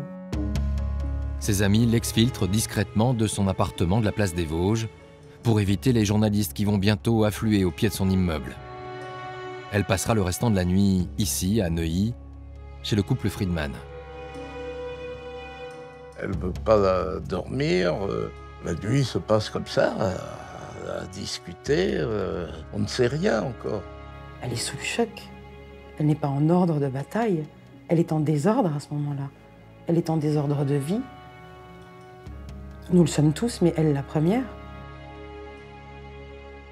Là, on se disait, comment cette histoire a été montée? Comment c'est possible? C'était pas crédible. Par rapport à ce qu'on sait, on se fait une espèce de chronologie. Quand il téléphone à sa fille, quand il voit sa fille, quand ceci, quand cela, etc., pour essayer de comprendre. Dans la journée du dimanche, l'avocat et ami du couple Jean Veil parvient à obtenir des éléments plus précis sur l'affaire auprès de ses confrères américains. L'information qui est transmise, c'est que Dominique va être astreint à payer une caution, mais qu'il devrait pouvoir retourner à Washington dès le lendemain. Alors que Dominique Strauss-Kahn vient d'être formellement inculpé de tentative de viol, Anne Sinclair s'exprime pour la première fois le dimanche 15 mai, à 16h30, dans un communiqué. Je ne crois pas une seule seconde aux accusations qui sont portées contre mon mari. Je ne doute pas que son innocence soit établie. J'appelle chacun à la décence et à la retenue. Le directeur du FMI quitte le commissariat de Harlem à New York, menotté dans le dos, visage fermé. Au moment où les images de Dominique Strauss-Kahn menotté et escorté par des policiers font le tour de la planète, Anne Sinclair quitte Paris en catimini dans la matinée du lundi 16 mai. Anne a un privilège qui est d'avoir un peu d'argent. Et donc, nous échappons au tumulte en prenant un avion privé. Il n'était pas question une seule seconde qu'on prenne un avion de ligne. Alors qu'Anne Sinclair survole l'Atlantique, son mari, Dominique Strauss-Kahn, comparaît devant un juge new-yorkais. On était au-dessus du ciel au sens propre et au sens figuré. On était protégés parce que coupés du monde, coupés du téléphone. On sait qu'il va y avoir une audience ou qu'il y a eu une audience ou que l'audience est en cours et on ne sait pas ce qui se passe. On s'attendait à retrouver Dominique en arrivant. En atterrissant à New York, Anne Sinclair apprend que la Cour a rejeté la demande de libération sous caution. Ce soir, Dominique Strauss-Kahn dormira en prison. On aurait tout donné pour que tout ça n'existe pas. Après, les secondes s'affrontent les unes derrière les autres et on ne sait pas ce qui va arriver, on ne sait pas où on va, on ne sait pas ce qu'on fait. Il s'est passé quelque chose. Quoi, nous ne le savons pas. Est-ce que c'est renvoyé à une audience plus lointaine? Comment est-ce qu'on peut résoudre cela? C'est la précipitation vers le cabinet d'avocats qui défendent Dominique. Poursuivi pour 7 chefs d'accusation, DSK risque jusqu'à 74 années de prison. Anne Sinclair, elle, craint maintenant pour la sécurité de son mari dans la prison de Riker Island. Elle a peur d'une chose, c'est qu'il se suicide. Il passe de la présidence de la République à la prison où il y a 5000 types. Il a des menottes, des fers au poignet. Nous nous sommes assurés que Dominique ne serait pas incarcéré avec les détenus ordinaires, compte tenu de son âge et de la nature du crime dont on l'accusait. Pour des personnalités comme lui, ils prennent le soin de les tenir à l'écart du reste de la population carcérale. Donc je n'étais pas inquiet pour sa sécurité, et je l'ai dit à Anne.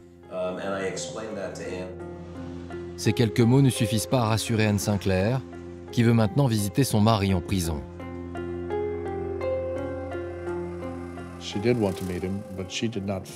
Elle voulait le rencontrer, mais elle n'a pas pu le voir physiquement, parce que c'est difficile pour les familles de rendre visite aux prisonniers à Rikers Island. Dominique Strauss-Kahn est finalement autorisé à téléphoner à son épouse, leur premier contact depuis son arrestation.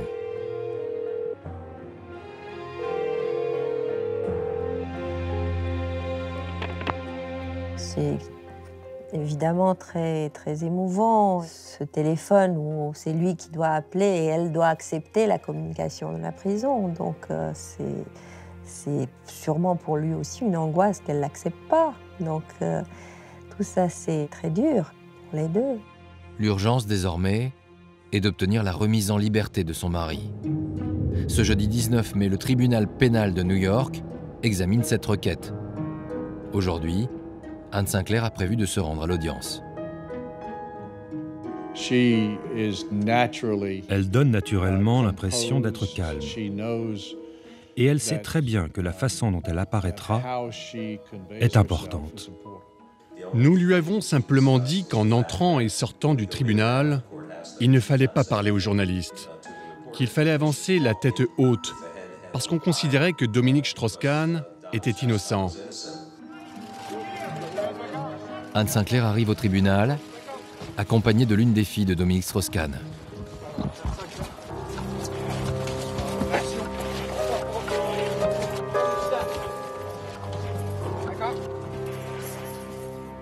Le déchaînement médiatique est tout à fait exceptionnel dans ce dossier. Ça rend tout le monde anxieux, en particulier une femme. C'est effrayant. Vous avez l'impression que vous allez être piétiné, écrasé ou même blessé.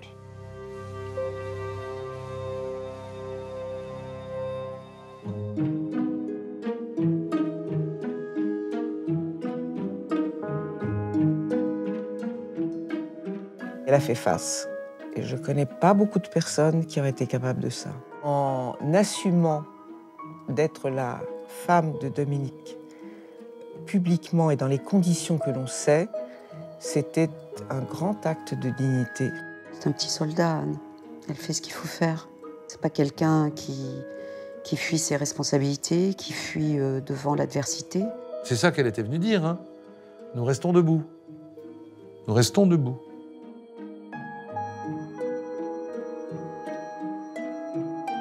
C'est un enjeu pour lui. Si elle se montre effondrée, il est condamné. Quelques minutes plus tard, Dominique Strauss-Kahn fait son entrée devant la cour. Son épouse et sa fille sont dans la salle.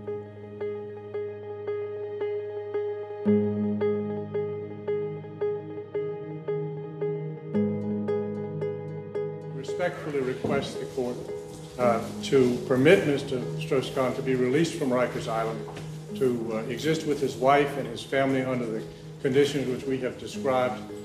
And I must say, I cannot think of any other conditions more restrictive than the ones we have proposed. Le fait que Anne soit là, qu'elle fasse partie de notre stratégie de défense et qu'elle ait trouvé un logement était crucial. Et cette fois, la stratégie de défense va fonctionner. Le juge accepte la sortie de prison de Dominique Strauss-Kahn, assortie de conditions strictes et très coûteuses.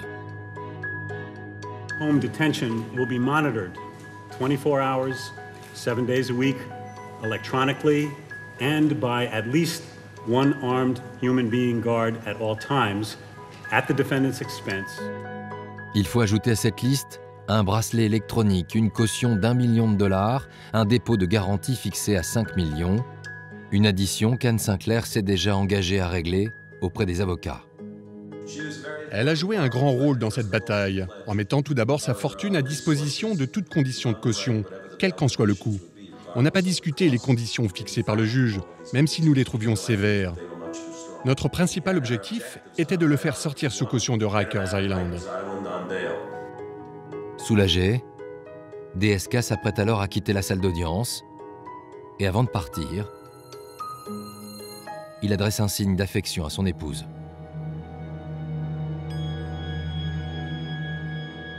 Elle aime cet homme, elle a certainement envie de le croire, elle lui avait dit une fois d'accord, mais pas deux. On réglera nos comptes entre nous plus tard, mais en tout cas pour l'immédiat, c'est d'abord un combat pour la justice. Car le combat n'est pas terminé.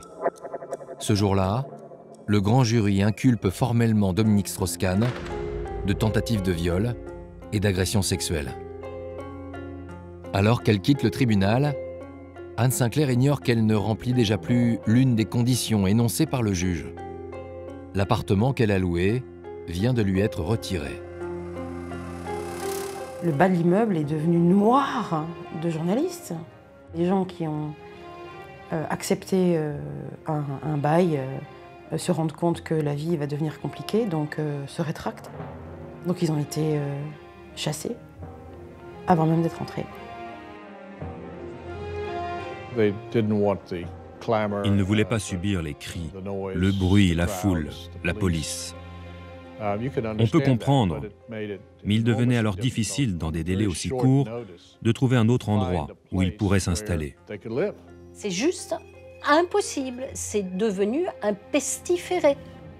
Pressée par le temps et par les contraintes, Anne Sinclair finit par trouver une maison de 600 mètres carrés dans le quartier chic de Tribeca, un luxe qui passe mal auprès de l'opinion.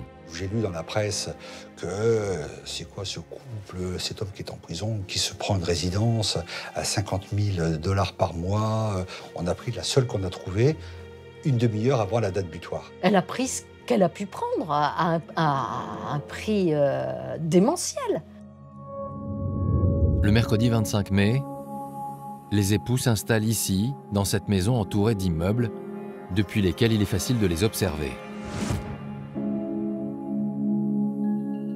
On sort pas, on se commande à manger et les photographes du monde entier et les caméramans se jettent sur le livreur pour essayer d'avoir un pauvre cliché de la commande de nourriture que nous avons faite. On vit comme ça. On faisait comme ça, avec une fenêtre, tout de suite les caméras bondissaient.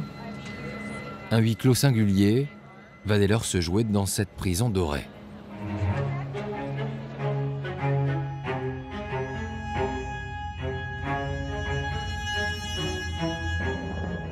C'est une épreuve très dure, hein, d'être enfermé 24 heures sur 24. Même avec quelqu'un qu'on aime, c'est déjà dur. Mais quand tout ne va pas bien, qu'on a éventuellement des reproches à faire à l'autre,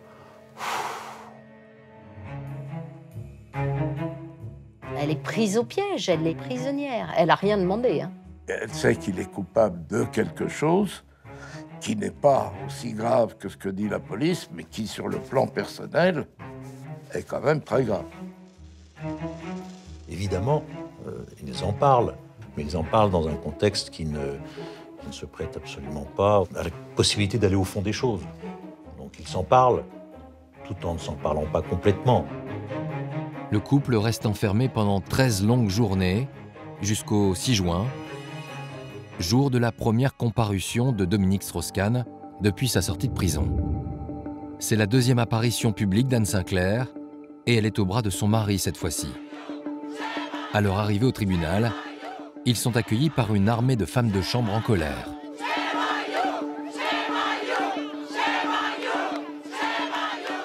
Honte, honte, honte à vous. Elle a les poings fermés et les ongles qui rentrent dans la chair aussi. Je serre les dents. Et ça, c'est Anne.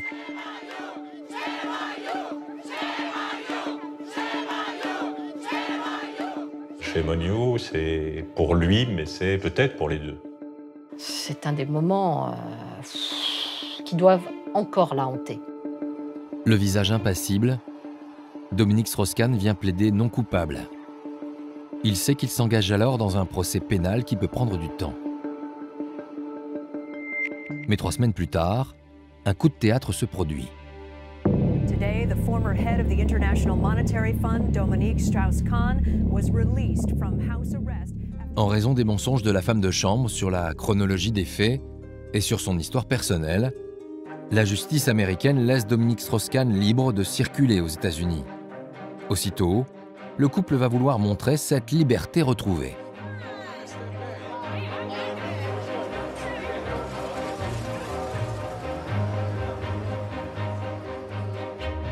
C'est un moment de joie. Tout d'un coup, tout est possible. On peut sortir, il peut sortir. Lui a dit tout de suite, on va aller au restaurant. On ne s'enferme pas, il faut trouver un restaurant. Et je voudrais manger des pâtes aux truffes.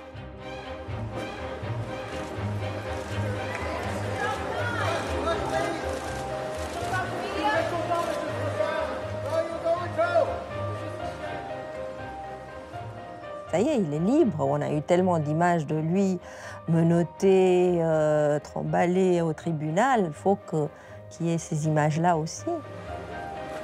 Après ces images, ce que les journalistes veulent maintenant, c'est une première réaction de Dominique Strauss-Kahn.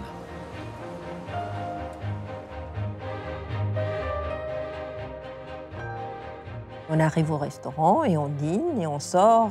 Et tout d'un coup, on nous dit, bon, il y a énormément de journalistes à la sortie, sortez par les cuisines.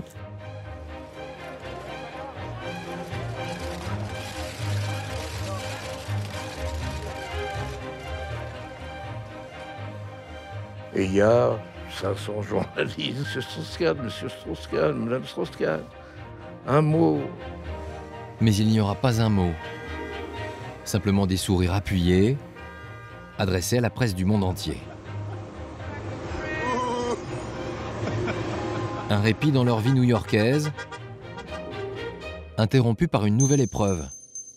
Le 25 juillet, Anne Sinclair découvre le visage d'une autre femme traquée par la presse. Personne n'avait vu pour le moment Nafissatou Diallo, l'accusatrice de son mari. I was like, I'm so sorry. I turned my head. He came to me and grabbed my breast. No, you don't have to be sorry. I said, stop, Seth. I don't want to lose my job.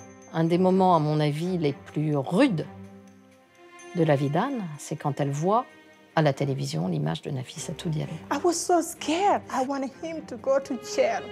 I wanted him to know you cannot use your power when you do something like this.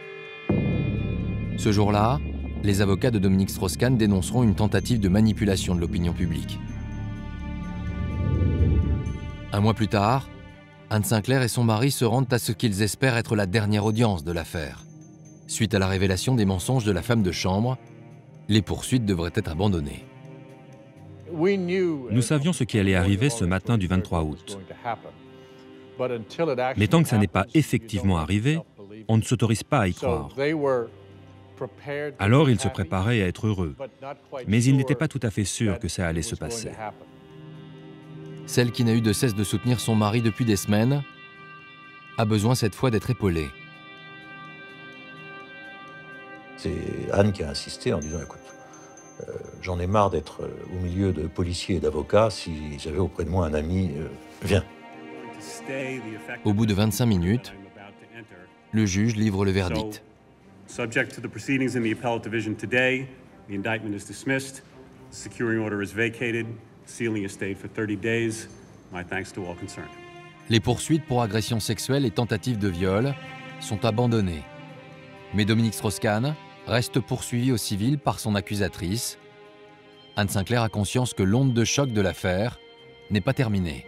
Ça me soulageait, si j'ose dire, d'une partie de ses problèmes. Il y a eu beaucoup d'accolades, de larmes, mais il n'y a pas eu de champagne. Ils n'ont pas fait la fête, car leur vie était ruinée. Ils avaient gagné l'affaire, mais ils n'allaient jamais retrouver leur vie d'avant. Le 3 septembre, le couple quitte New York, le théâtre de leur drame public et intime, pour regagner la France.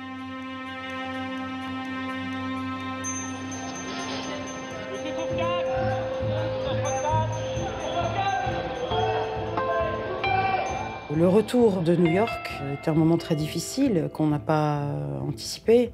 À Roissy, il devait y avoir 1000 journalistes. On a dû faire un choix entre les mettre dans une voiture directement sur le tarmac et s'en aller, mais assumer une fuite, et les faire rentrer en assumant de passer par cette zone-là.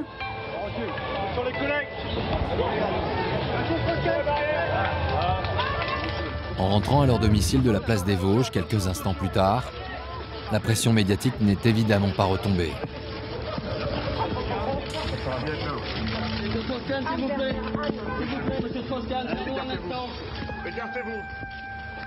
Derrière le Porsche, une caméra filme ce qui semble être déjà pour Anne Sinclair le début de la vie d'après. Quand le soufflet retombe médiatique, le déchaînement, elle prend le temps de réfléchir. Elle a fait son devoir, elle était présente, elle a soutenu, elle l'a aidé. Et à partir d'un certain moment, c'était une question de survie pour elle aussi. Et l'envie peut-être aussi de ne pas être associée à un nouvel épisode judiciaire. Car 1 mois et demi après leur retour en France, le nom de Dominique Strauss-Kahn est cité dans une affaire de proxénétisme, l'affaire dite du Carlton de Lille.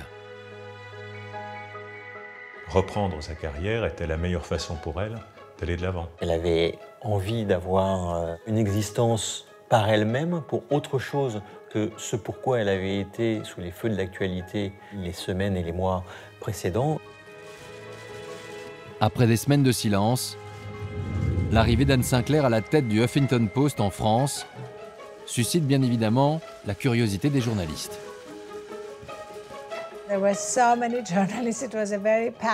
Il y avait tellement de journalistes. C'était vraiment une conférence de presse pleine à craquer. Je m'en faisais surtout pour Anne. Je voulais que les questions ne portent que sur elle, sur le Huffington Post, et que ça ne devienne pas une conférence de presse à propos de son mari. Ce jour-là, Anne Sinclair sait évidemment qu'elle n'échappera pas à une question. On se pose, c'est avec quel regard éditorial vous allez porter sur l'affaire Dominique Strauss-Kahn. Est-ce que vous allez suivre, vous, personnellement, les dossiers, comme n'importe quel dossier, ou est-ce que vous allez, pour ces dossiers-là, les laisser à vos équipes? C'est une question que je n'attendais pas. Écoutez, c'est très clair, je l'ai dit à toute mon équipe, ils le savent depuis le premier jour. C'est la première chose que j'aurais dit. Toute information importante sera traitée normalement comme elle aurait été ailleurs. Et tout ce qui doit faire la une, fera la une. Lorsque Dominique Strauss-Kahn est mise en examen pour proxénétisme en bande organisée, le 26 mars 2012, le site d'information dirigé par son épouse y consacre un long article. Une révélation de trop pour Anne Sinclair. Chaque coup est un coup de poignard qui révèle un personnage qui est totalement différent de ce qu'elle pouvait penser. Il y a un moment où ça s'est terminé brutalement. C'était plus possible du tout. Elle a été au bout de l'amour. En août 2012, après 15 mois de tourmente médiatique et intime et 20 ans de mariage, Anne Sinclair confirme être séparée de Dominique Strauss-Kahn. De temps en temps, je retrouve chez elle un regard un peu triste et lourd de ses souvenirs. Les épreuves qu'elle a traversées ne s'oublient pas comme ça dans un claquement de doigts, non, c'est toujours là. Mais elle n'a jamais été détruite. Elle a été assez forte pour n'être jamais détruite.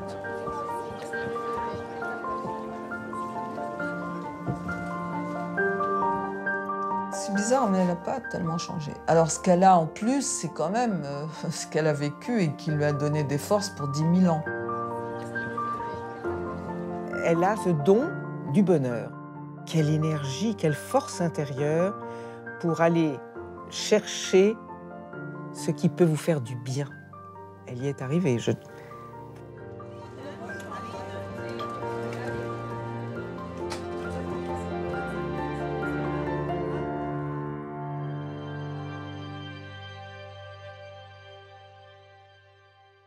Voilà pour ce document et les vies d'Anne Sinclair. Elle est restée longtemps silencieuse, discrète, la pudeur quand tout devenait tellement impudique. La vérité d'un jour, puis celle du jour d'après, parler ou ne pas parler, dire ou ne pas dire, vie privée, vie publique, vouloir se protéger et surtout ses proches. Seulement, certaines questions, légitimes ou pas, c'est selon, sont restées en suspens. Il est peut-être temps de savoir lesquelles méritent aujourd'hui des réponses. Bonsoir Anne Sinclair. Bonsoir Laurent. Merci d'être là. Des invités, vous connaissez, vous avez pratiqué beaucoup l'interview. Dans la catégorie des invités, il y a ceux qui se livrent, qui donnent beaucoup, puis il y a ceux qui donnent moins, plus pudiques, plus réservés. J'ai un peu l'impression que vous appartenez plutôt à la deuxième catégorie.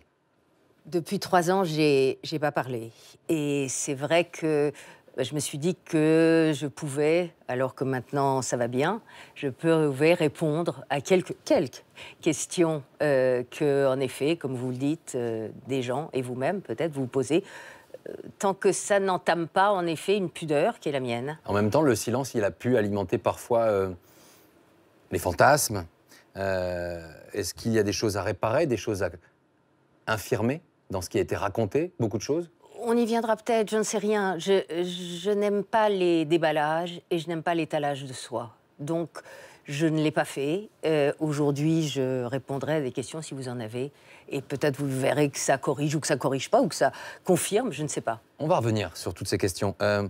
On a découvert dans ce film plusieurs vies. Petite fille 2, fille 2. Ensuite, l'une des journalistes, si ce n'est la journaliste la plus connue, la plus respectée de France, en interview, ce grand rendez-vous. Et puis, il y a eu l'épouse de Dominique Strauss-Kahn également. On ressent tout au long de ce film également et de votre vie, malgré tout, ce besoin d'être reconnue pour ce que vous êtes et non pas en tant qu'héritière d'une histoire.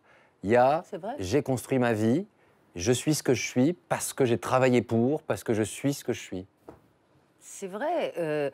J'ai hérité tardivement, heureusement, puisque mes parents sont... Enfin, ma mère est partie tard, de mes parents et donc de mon grand-père qui m'a laissé du bien, comme on dit, mais moins qu'on le dit, plus que les gens ne sont habitués Clairement, à voir. ça a été un poids, cette histoire familiale, entre guillemets, cette allusion à cet argent, à cet héritage. Oui, quand c'était dit en mauvaise part, c'est quand c'était dit en mauvaise part. Moi, j'ai travaillé toute ma vie. Je continue. J'ai gagné ma vie. Je l'ai gagnée très bien. Parce que quelquefois, la télé, on la gagne bien quand on a des postes importants. Et j'ai jamais vécu comme une héritière. En fait, vous savez... Les choses sont tellement plus simples que ce qu'on dit. On croit qu'on a des plans de carrière. J'ai pas eu de plan de carrière. La seule chose dont j'avais envie, c'est d'être journaliste. C'était un rêve d'enfant. Et c'est formidable d'avoir réussi un rêve d'enfant. Donc ça, c'est l'ambition. C'était pas de l'ordre de l'ambition, c'était faire quelque chose qui me passionne et qui m'a passionnée. J'ai vécu des années magnifiques. Mais comme c'était pas un but dans la vie. Passer à la télé a été un hasard. Pour moi, je voulais être journaliste et je voulais même être journaliste à la radio. Justement, vous aimiez l'art et finalement, vous choisissez la politique. Cette passion de la politique, elle vous vient, on le voit, assez jeune, très vite. Allez, première interview, d'abord à Europe 1, François Mitterrand. Vous la préparez pendant des heures et au final, quand il sort ce livre, en 1975, il n'en reste que quelques minutes à l'antenne. Vous vous souvenez de ce moment-là, déjà? Oh, c'était affreux. C'était affreux, oui, c'était probablement ma première interview. Et François Mitterrand avait perdu l'élection présidentielle de 1974. Il était loin de celle de 1981.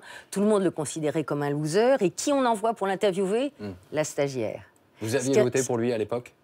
En 1974, oui, bien sûr. Je cherchais si j'avais l'âge, oui, bien sûr. Pourquoi ce choix du socialisme? Pourquoi?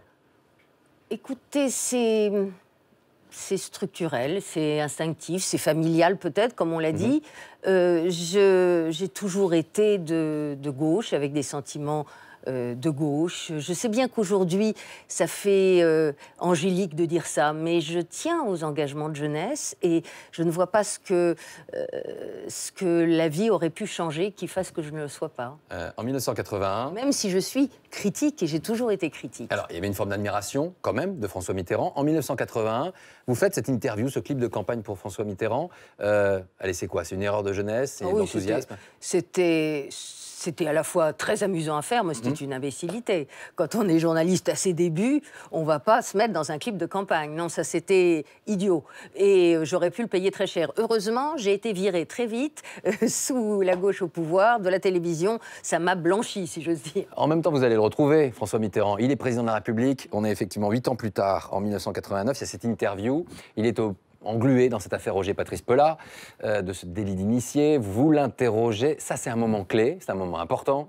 Vous l'interrogez, vous le questionnez. Ça dure très longtemps. Vous vous souvenez de ce qu'il vous dit pendant la pub?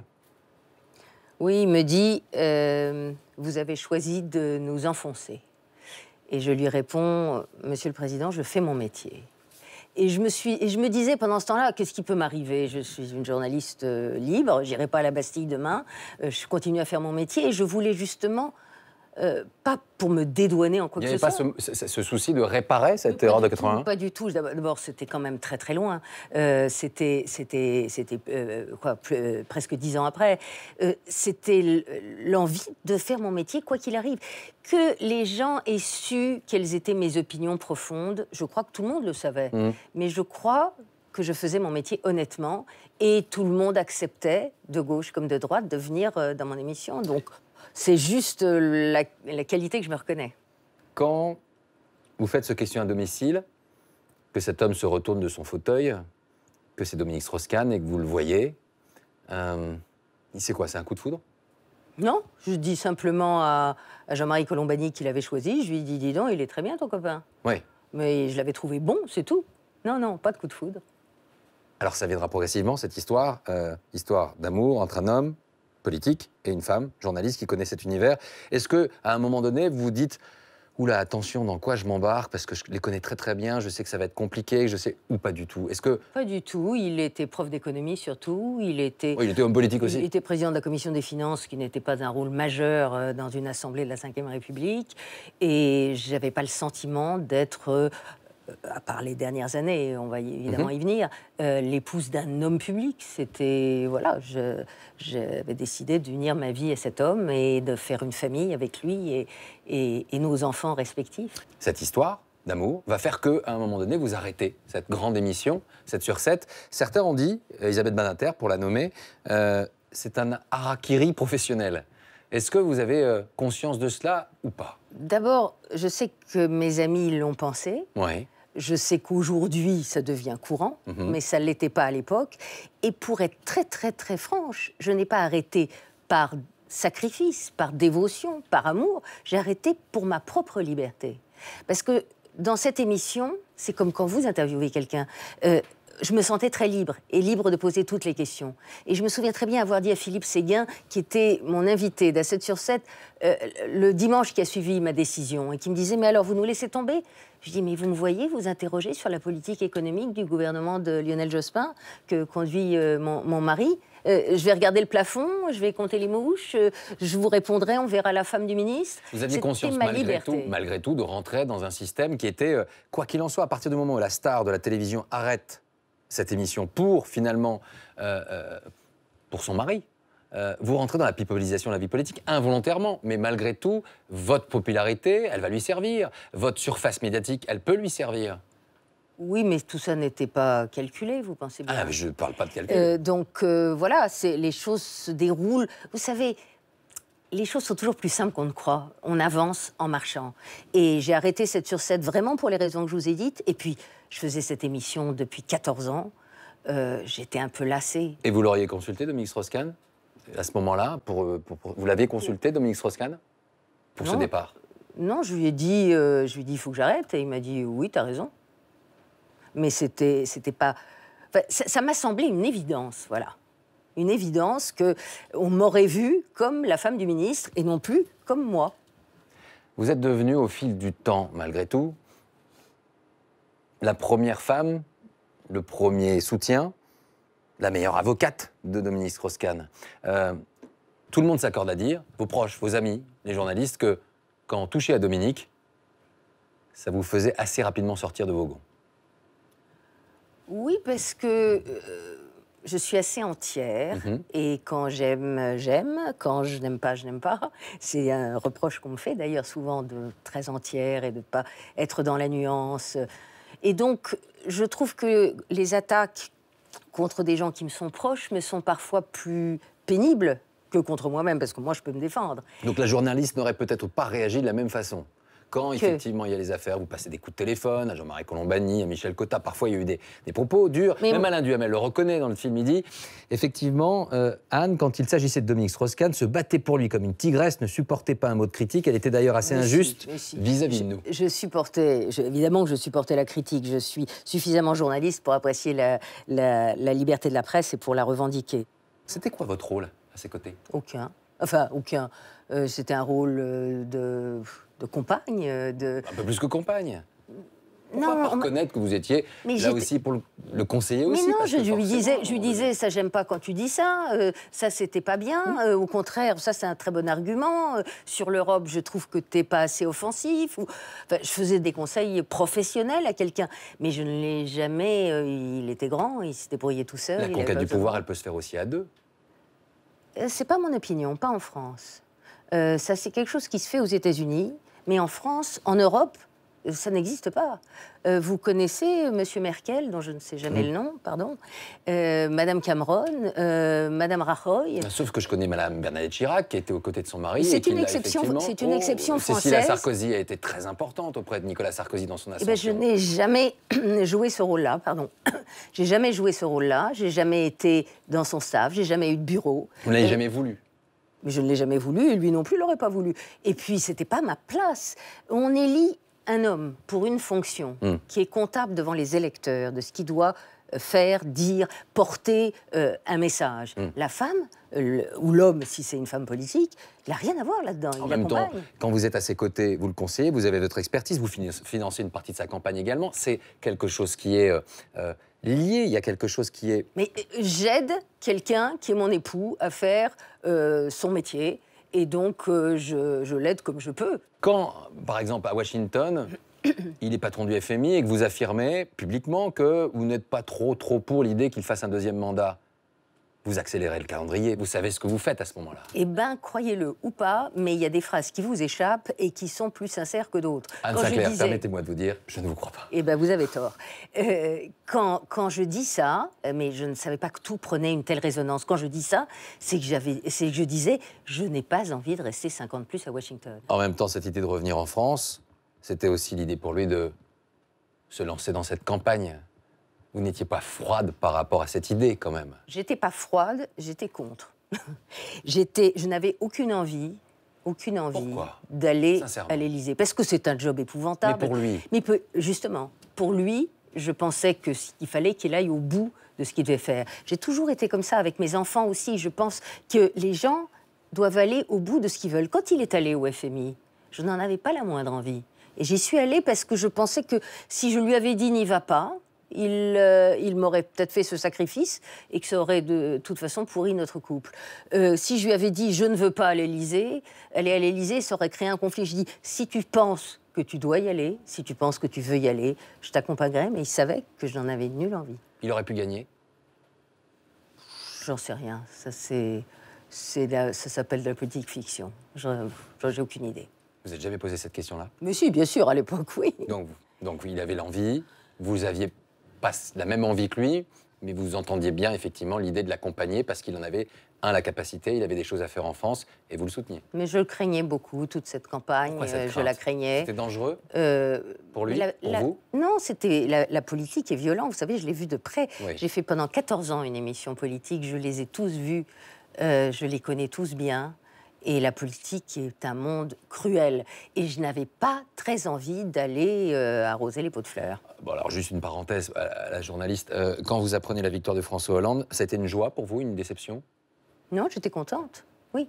Ah oui, non, c'était pas une déception. J'étais ravie qu'il gagne la présidentielle. J'ai voté pour lui, oui. Et aujourd'hui, c'est un président qui... C'est un président qui a des difficultés, c'est le moins qu'on puisse dire. Ouais. Ça vous déçoit? La gauche n'est pas toujours à la hauteur des espoirs qu'on formule en elle. En tant que journaliste et non pas en tant qu'épouse, comment vous qualifieriez l'affaire de New York? Est-ce que vous avez des termes, en tant que journaliste, vous l'auriez qualifié de quoi? Comment? Quand cette affaire éclate? D'énorme, de monumental. J'ai parfaitement compris que ce soit une affaire gigantesque qui mobilise en effet à la fois les passions, les intérêts, la politique, le destin.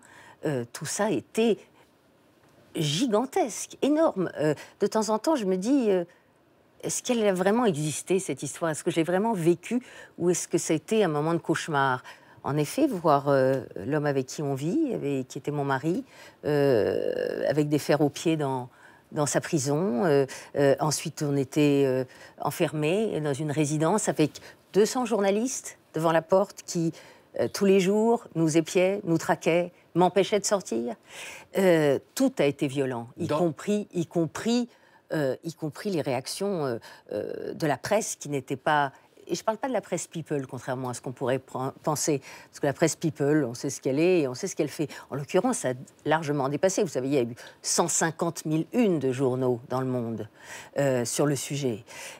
Et donc, il y a beaucoup de journaux, il y a beaucoup de journalistes qui m'ont étonnée par leur impudeur, par leur façon parfois de se délecter de, comment dirais-je, de commentaires psychologiques, de détails scabreux, d'essayer de bâtir des romans comme si ce roman-là ne suffisait pas.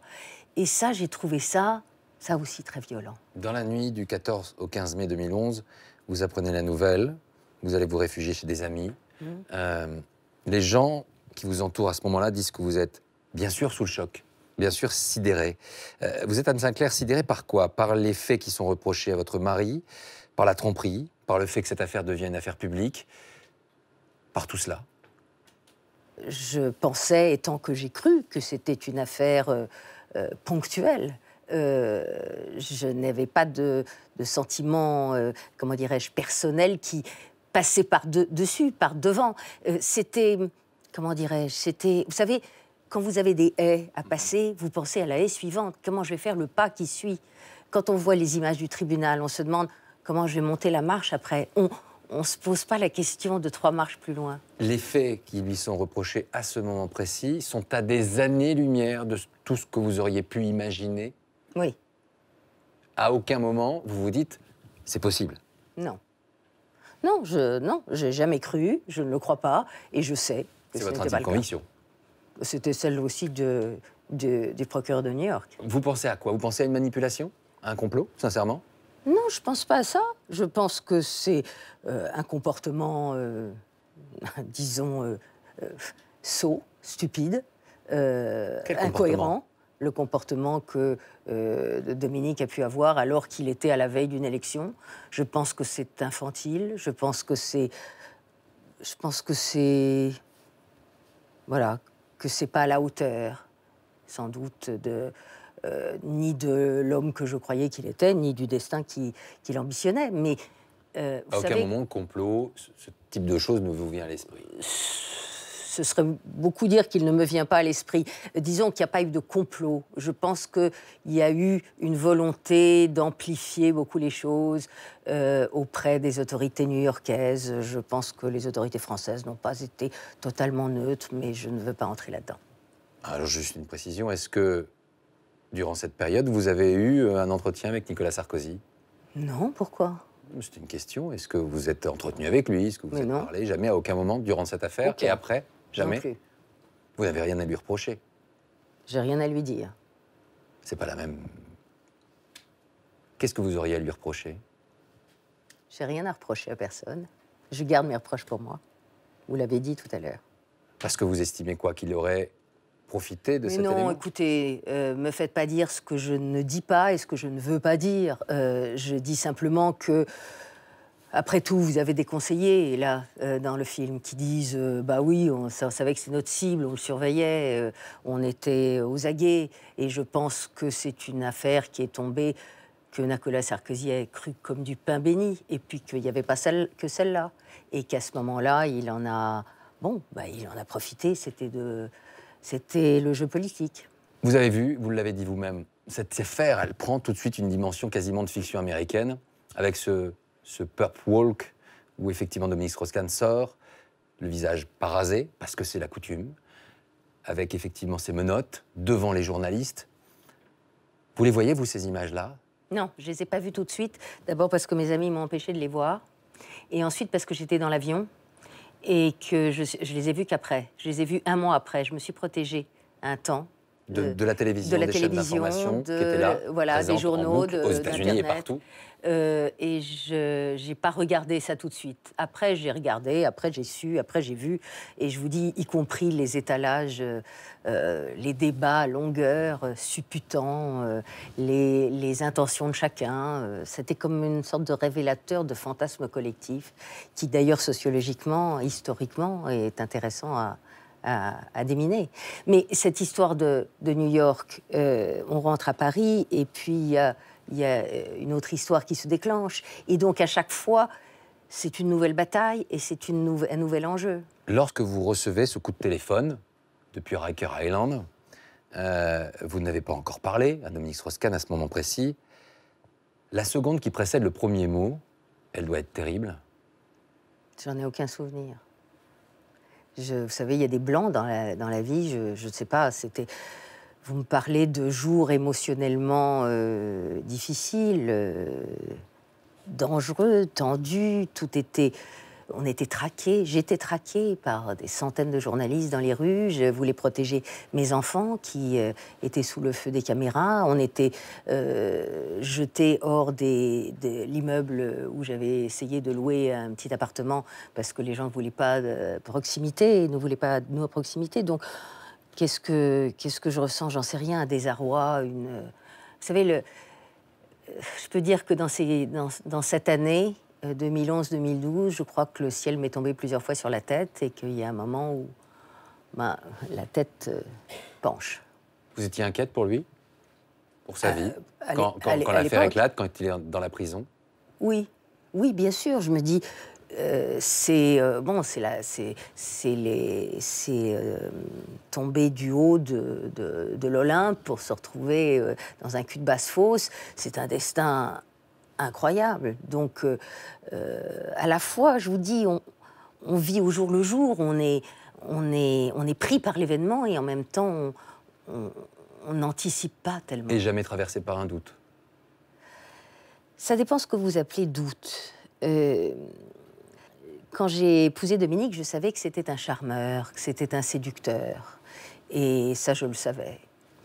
Et puis, il y a eu, bien entendu, dans la vie publique, il y a eu des rumeurs.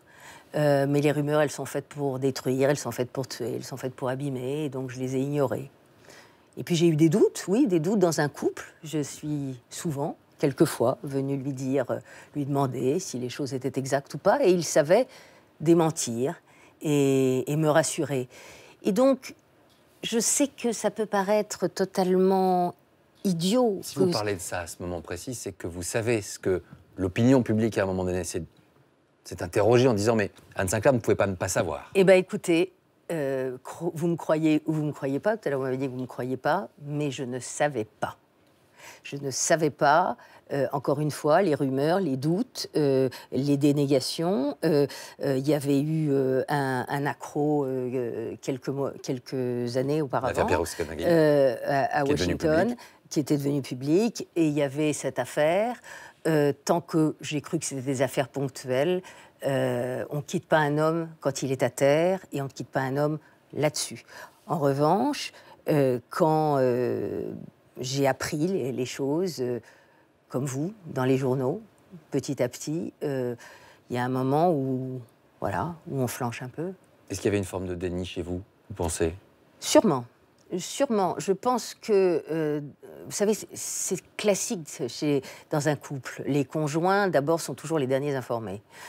Comme le dit mon ami Guy Carcassonne, que ça m'a bouleversée de voir dans le film, parce qu'il est mort, je crois, 1 semaine après vous avoir donné une interview. Et je l'aimais tendrement, et il m'a accompagnée dans des moments très difficiles. Et quand Guy dit « Lequel d'entre nous serait venu dire Anne ?» Ça n'aurait pas été des amis qui l'auraient fait.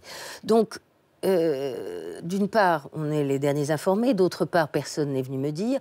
Troisièmement, sans doute n'ai-je pas voulu savoir, sans doute n'ai-je pas voulu voir, sans doute n'ai-je pas voulu chercher, parce que c'est pas mon tempérament, je fais confiance. Et j'ai fait confiance. Vous savez, on était un couple, un vrai couple, une vraie famille. Vous allez passer, je voudrais juste revenir là-dessus, 37 jours dans cette maison de Tribeca avec Dominique Strauss-Kahn. Seulement 37 jours, 5 semaines. J'ai eu l'impression que c'était plus long. Beaucoup plus long.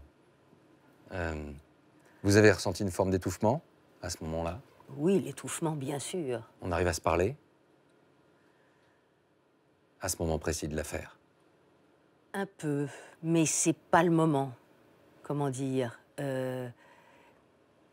on arrive à combattre ensemble, c'est déjà beaucoup. Vous aviez accepté peut-être beaucoup trop de choses à un moment donné? Je dirais pas ça. C'est ce que les gens pensent que j'ai accepté. Mais je répète que comme je ne savais rien, j'ai appris dans les journaux comme vous, je n'ai pas eu le sentiment d'avoir accepté. Et ce que j'ai accepté au vu et au su de tout le monde, c'était de me battre aux côtés d'un homme qui était injustement accusé par la justice. Aujourd'hui, vous avez tout compris de cette affaire du Sofitel? Oui. Qu'est-ce qui s'est passé? Non, là, Laurent, je ne suis ni enquêtrice, ni policière, ni chargée de révélation, et vous en savez autant que moi. Il a compris la blessure qu'il vous a infligée, Dominique Strauss-Kahn? Sûrement. Vous avez pardonné, Dominique Strauss-Kahn?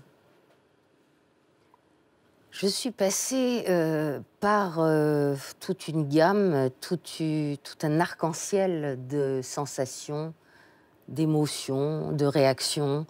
Et ce que je peux vous dire simplement, c'est que c'est derrière moi. Et si je suis là ce soir, c'est que c'est derrière moi. Et que ma vie privée est heureusement redevenue privée. Merci Anne Sinclair d'être venue nous rendre visite. Merci Laurent.